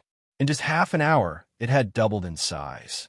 The special title of Isolde's chosen had also been upgraded from level 1 to level 2. In addition to the special abilities of flame control, immunity to fire damage, flame regeneration, long life, raging flame eruption, extraordinary life, flame flight, and control of fire elements, there was also the addition of flame shaping. As the name implied, it was the ability to transform flames into any known form. It could even consciously control the direction of the flames. For example, it could burn a person's clothes without harming the person. Although flame shaping did not sound very powerful, one would immediately realize how terrifying it was when one thought about it carefully, especially for spellcasters. Because it could adapt to local conditions, it could make certain fire spells with fixed shapes kill more enemies. To give the simplest example, there was a level 1 arcane spell called Burning Hand, which spouted flames from the palm of the hand to burn all enemies in a fan-shaped area in front of it. However, due to the limitation of its energy level, its effective range was only about 1.5 meters. However, if flame shaping was used, it could narrow the shooting range and increase the shooting distance. If used in a narrow passage, it could often produce unexpected effects. Similarly, fireball, flame breath, flame shield, and so on could produce similar effects. As for the specific power, it depended on the user's imagination and creativity. It was clear that the fire elemental prince, Aesir Desir, was very satisfied with the destructive nature of his chosen, so he generously bestowed him with new power. This was both affirmation and encouragement. It encouraged Andrei to continue attacking Bakarov City, making the entire material world tremble under his might and making the mortals crawl at the feet of the Lord of the Raging Flames in reverence. But it was a pity that Andrei wasn't someone who could be easily manipulated. After feeling the changes in his body, he did not immediately give the order to launch the second round of bombardment. Instead, he turned his head and said to General Zack, who had fallen into a daze, "Dear Mr. Messenger, I believe that you now have a general understanding of the strength and determination that I have grasped. Now, help me pass a message to your commander. Tell him that if he wants to keep Bakarov City from becoming history, he'll have to agree to a few conditions. First, I want half the population, wealth, and goods of this city. Second, I want to take away all your shipbuilders and destroy half of the city near the port. From then on, Bakarov City will no longer have a navy or shipbuilding ability. All your maritime transport and trade will be taken over by another organization. Lastly, and most importantly, give up on cooperating with Loretta Botans and become my vassal. Remember, this isn't a negotiation, but an ultimatum. I'll give you an hour to consider. If you don't give me an answer in an hour, I'll personally take action and turn this city into history. Please don't doubt my determination and ability, and don't use those boring tricks of the nobles on me. Understood?" Understood. General Zack had a bitter expression as he answered. He had already lost the courage of a soldier. Only fear and reverence left in his head. After all, any normal person would be afraid of a lunatic who didn't play by the rules, especially one who possessed incomparable power. Soon, the members of the diplomatic group took a small boat and quickly sailed towards the burning city. It didn't take long for them to explain Andrei's conditions in front of the nobles. Silence. Terrifying silence. There was no clamor, as General Zack had expected. There were no arrogant youths who rushed out and shouted that they would take the enemy down with them. In fact, those who were qualified to participate in this meeting that would decide the fate of Bakarov City were all old foxes of power. What they cared about was profit and the survival of their families. They wouldn't lose their minds over a little verbal contempt. After a long time, the weakened Grand Marshal took me aside and asked, "Let's hear it. What should we do? Should we agree to their conditions or take a gamble?" "Grand Marshal, before I express my opinion, I'd like to know if the Magi and Knights have a way to stop the Flaming Duke. If there is, then we can take a gamble. If there isn't, then this discussion is meaningless." An old man who looked to be in his early 70s stood up and said, although he couldn't stand properly, his cloudy eyes still gave off an oppressive aura. Niamiadina didn't immediately answer the question. Instead, he looked at the Magi in gray robes. He was not the only one. Everyone present also had expectant looks on their faces, pinning all their hopes on the mysterious magic. However, it was a pity that the mage representative dashed their hopes the moment he opened his mouth. He hesitated for a few seconds and then shook his head with a serious expression. I'm sorry. According to the books, as long as there is fire, the Duke of Flame can never be killed. No matter if it's a physical attack or a magic attack, it will be healed by the raging fire. 1/5 of the city is now engulfed in flames. Unless the flames are extinguished in an instant, killing the Flaming Duke is an impossible task. In fact, according to historical records, the Flaming Duke has never been killed by mortals. Most of their deaths occurred in the dangerous lower realms, so I don't think it's wise to fight them head-on. I'm sorry, but we Magi can't do anything about it. The most we can do is to teleport you to a safe place in times of danger.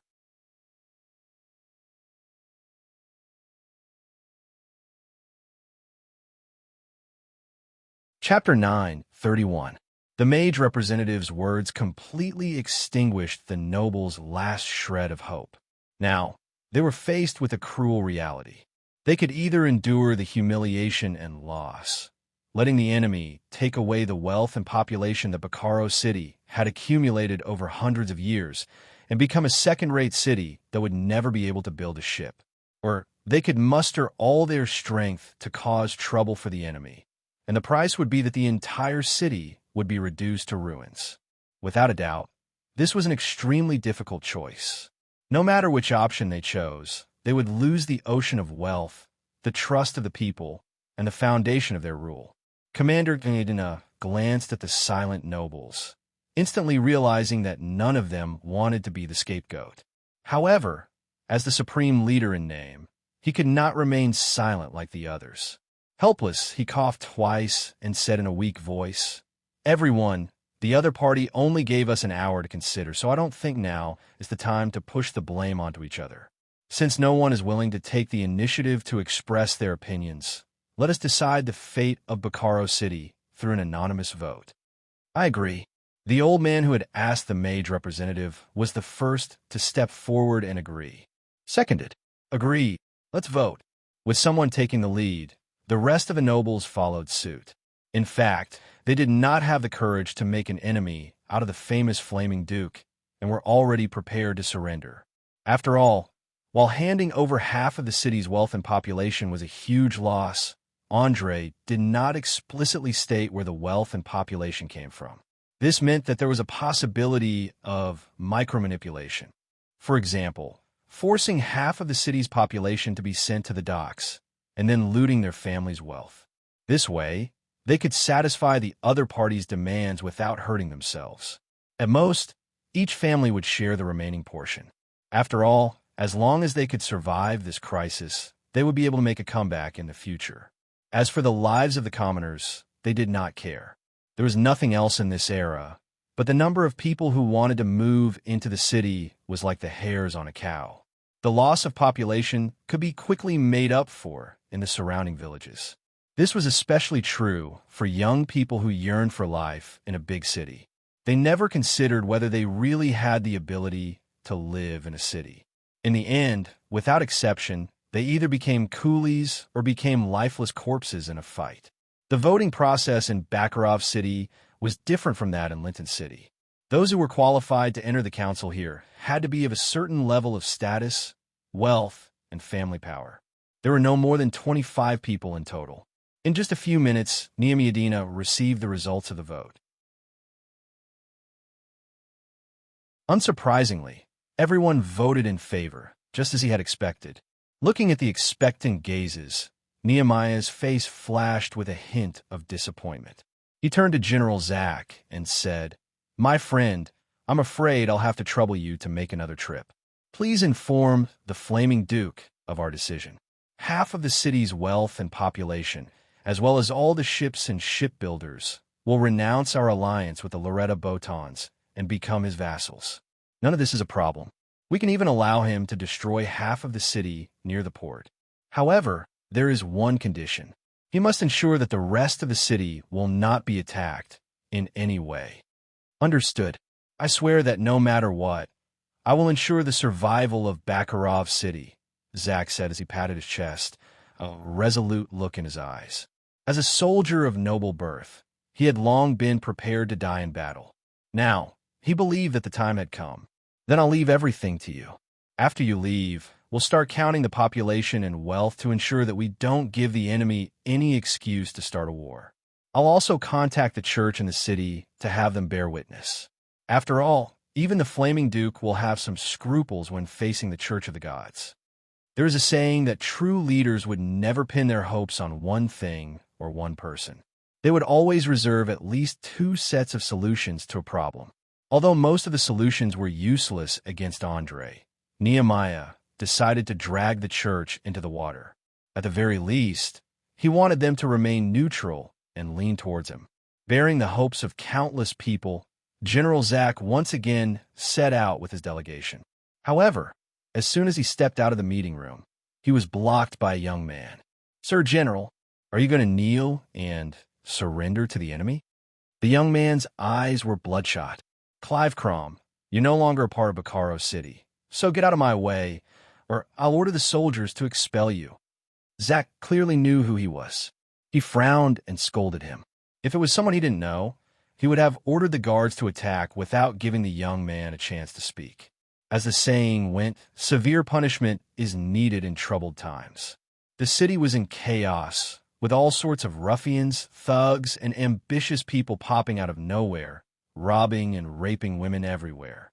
There were even some brave fellows who started to organize an attack on the residences of the nobles. Everyone was especially nervous. Their first reaction when they encountered a stranger was not to subdue them as usual, but to directly stab them with sharp weapons. The young man didn't seem to appreciate it. He clenched his fists and roared, "Looks like I was right. You spineless cowards actually chose to surrender? Where's the honor of nobles? Where's the courage of knights?" Zach, who was being reprimanded by the young man, suddenly looked much older. He didn't try to defend himself or anyone else. Instead, he silently endured the young man's insults. "You're still young. You think there are many things in this world that are more important than life. But let me tell you, there's nothing more precious than life. Do you know who the master of the fleet outside is? He's the Flaming Duke. He's this symbol of destruction. We can't defeat him, let alone kill him. For the sake of everyone in this city, we have to surrender. In a few months, you'll be going to the Elven Island to participate in the reincarnation ceremony. You'll be joining the noble house of Sapphire Flower, so don't play with your life." You're tuning in to the Warrior Lore YouTube channel. Don't forget to subscribe and join us on this journey to catch the most captivating stories.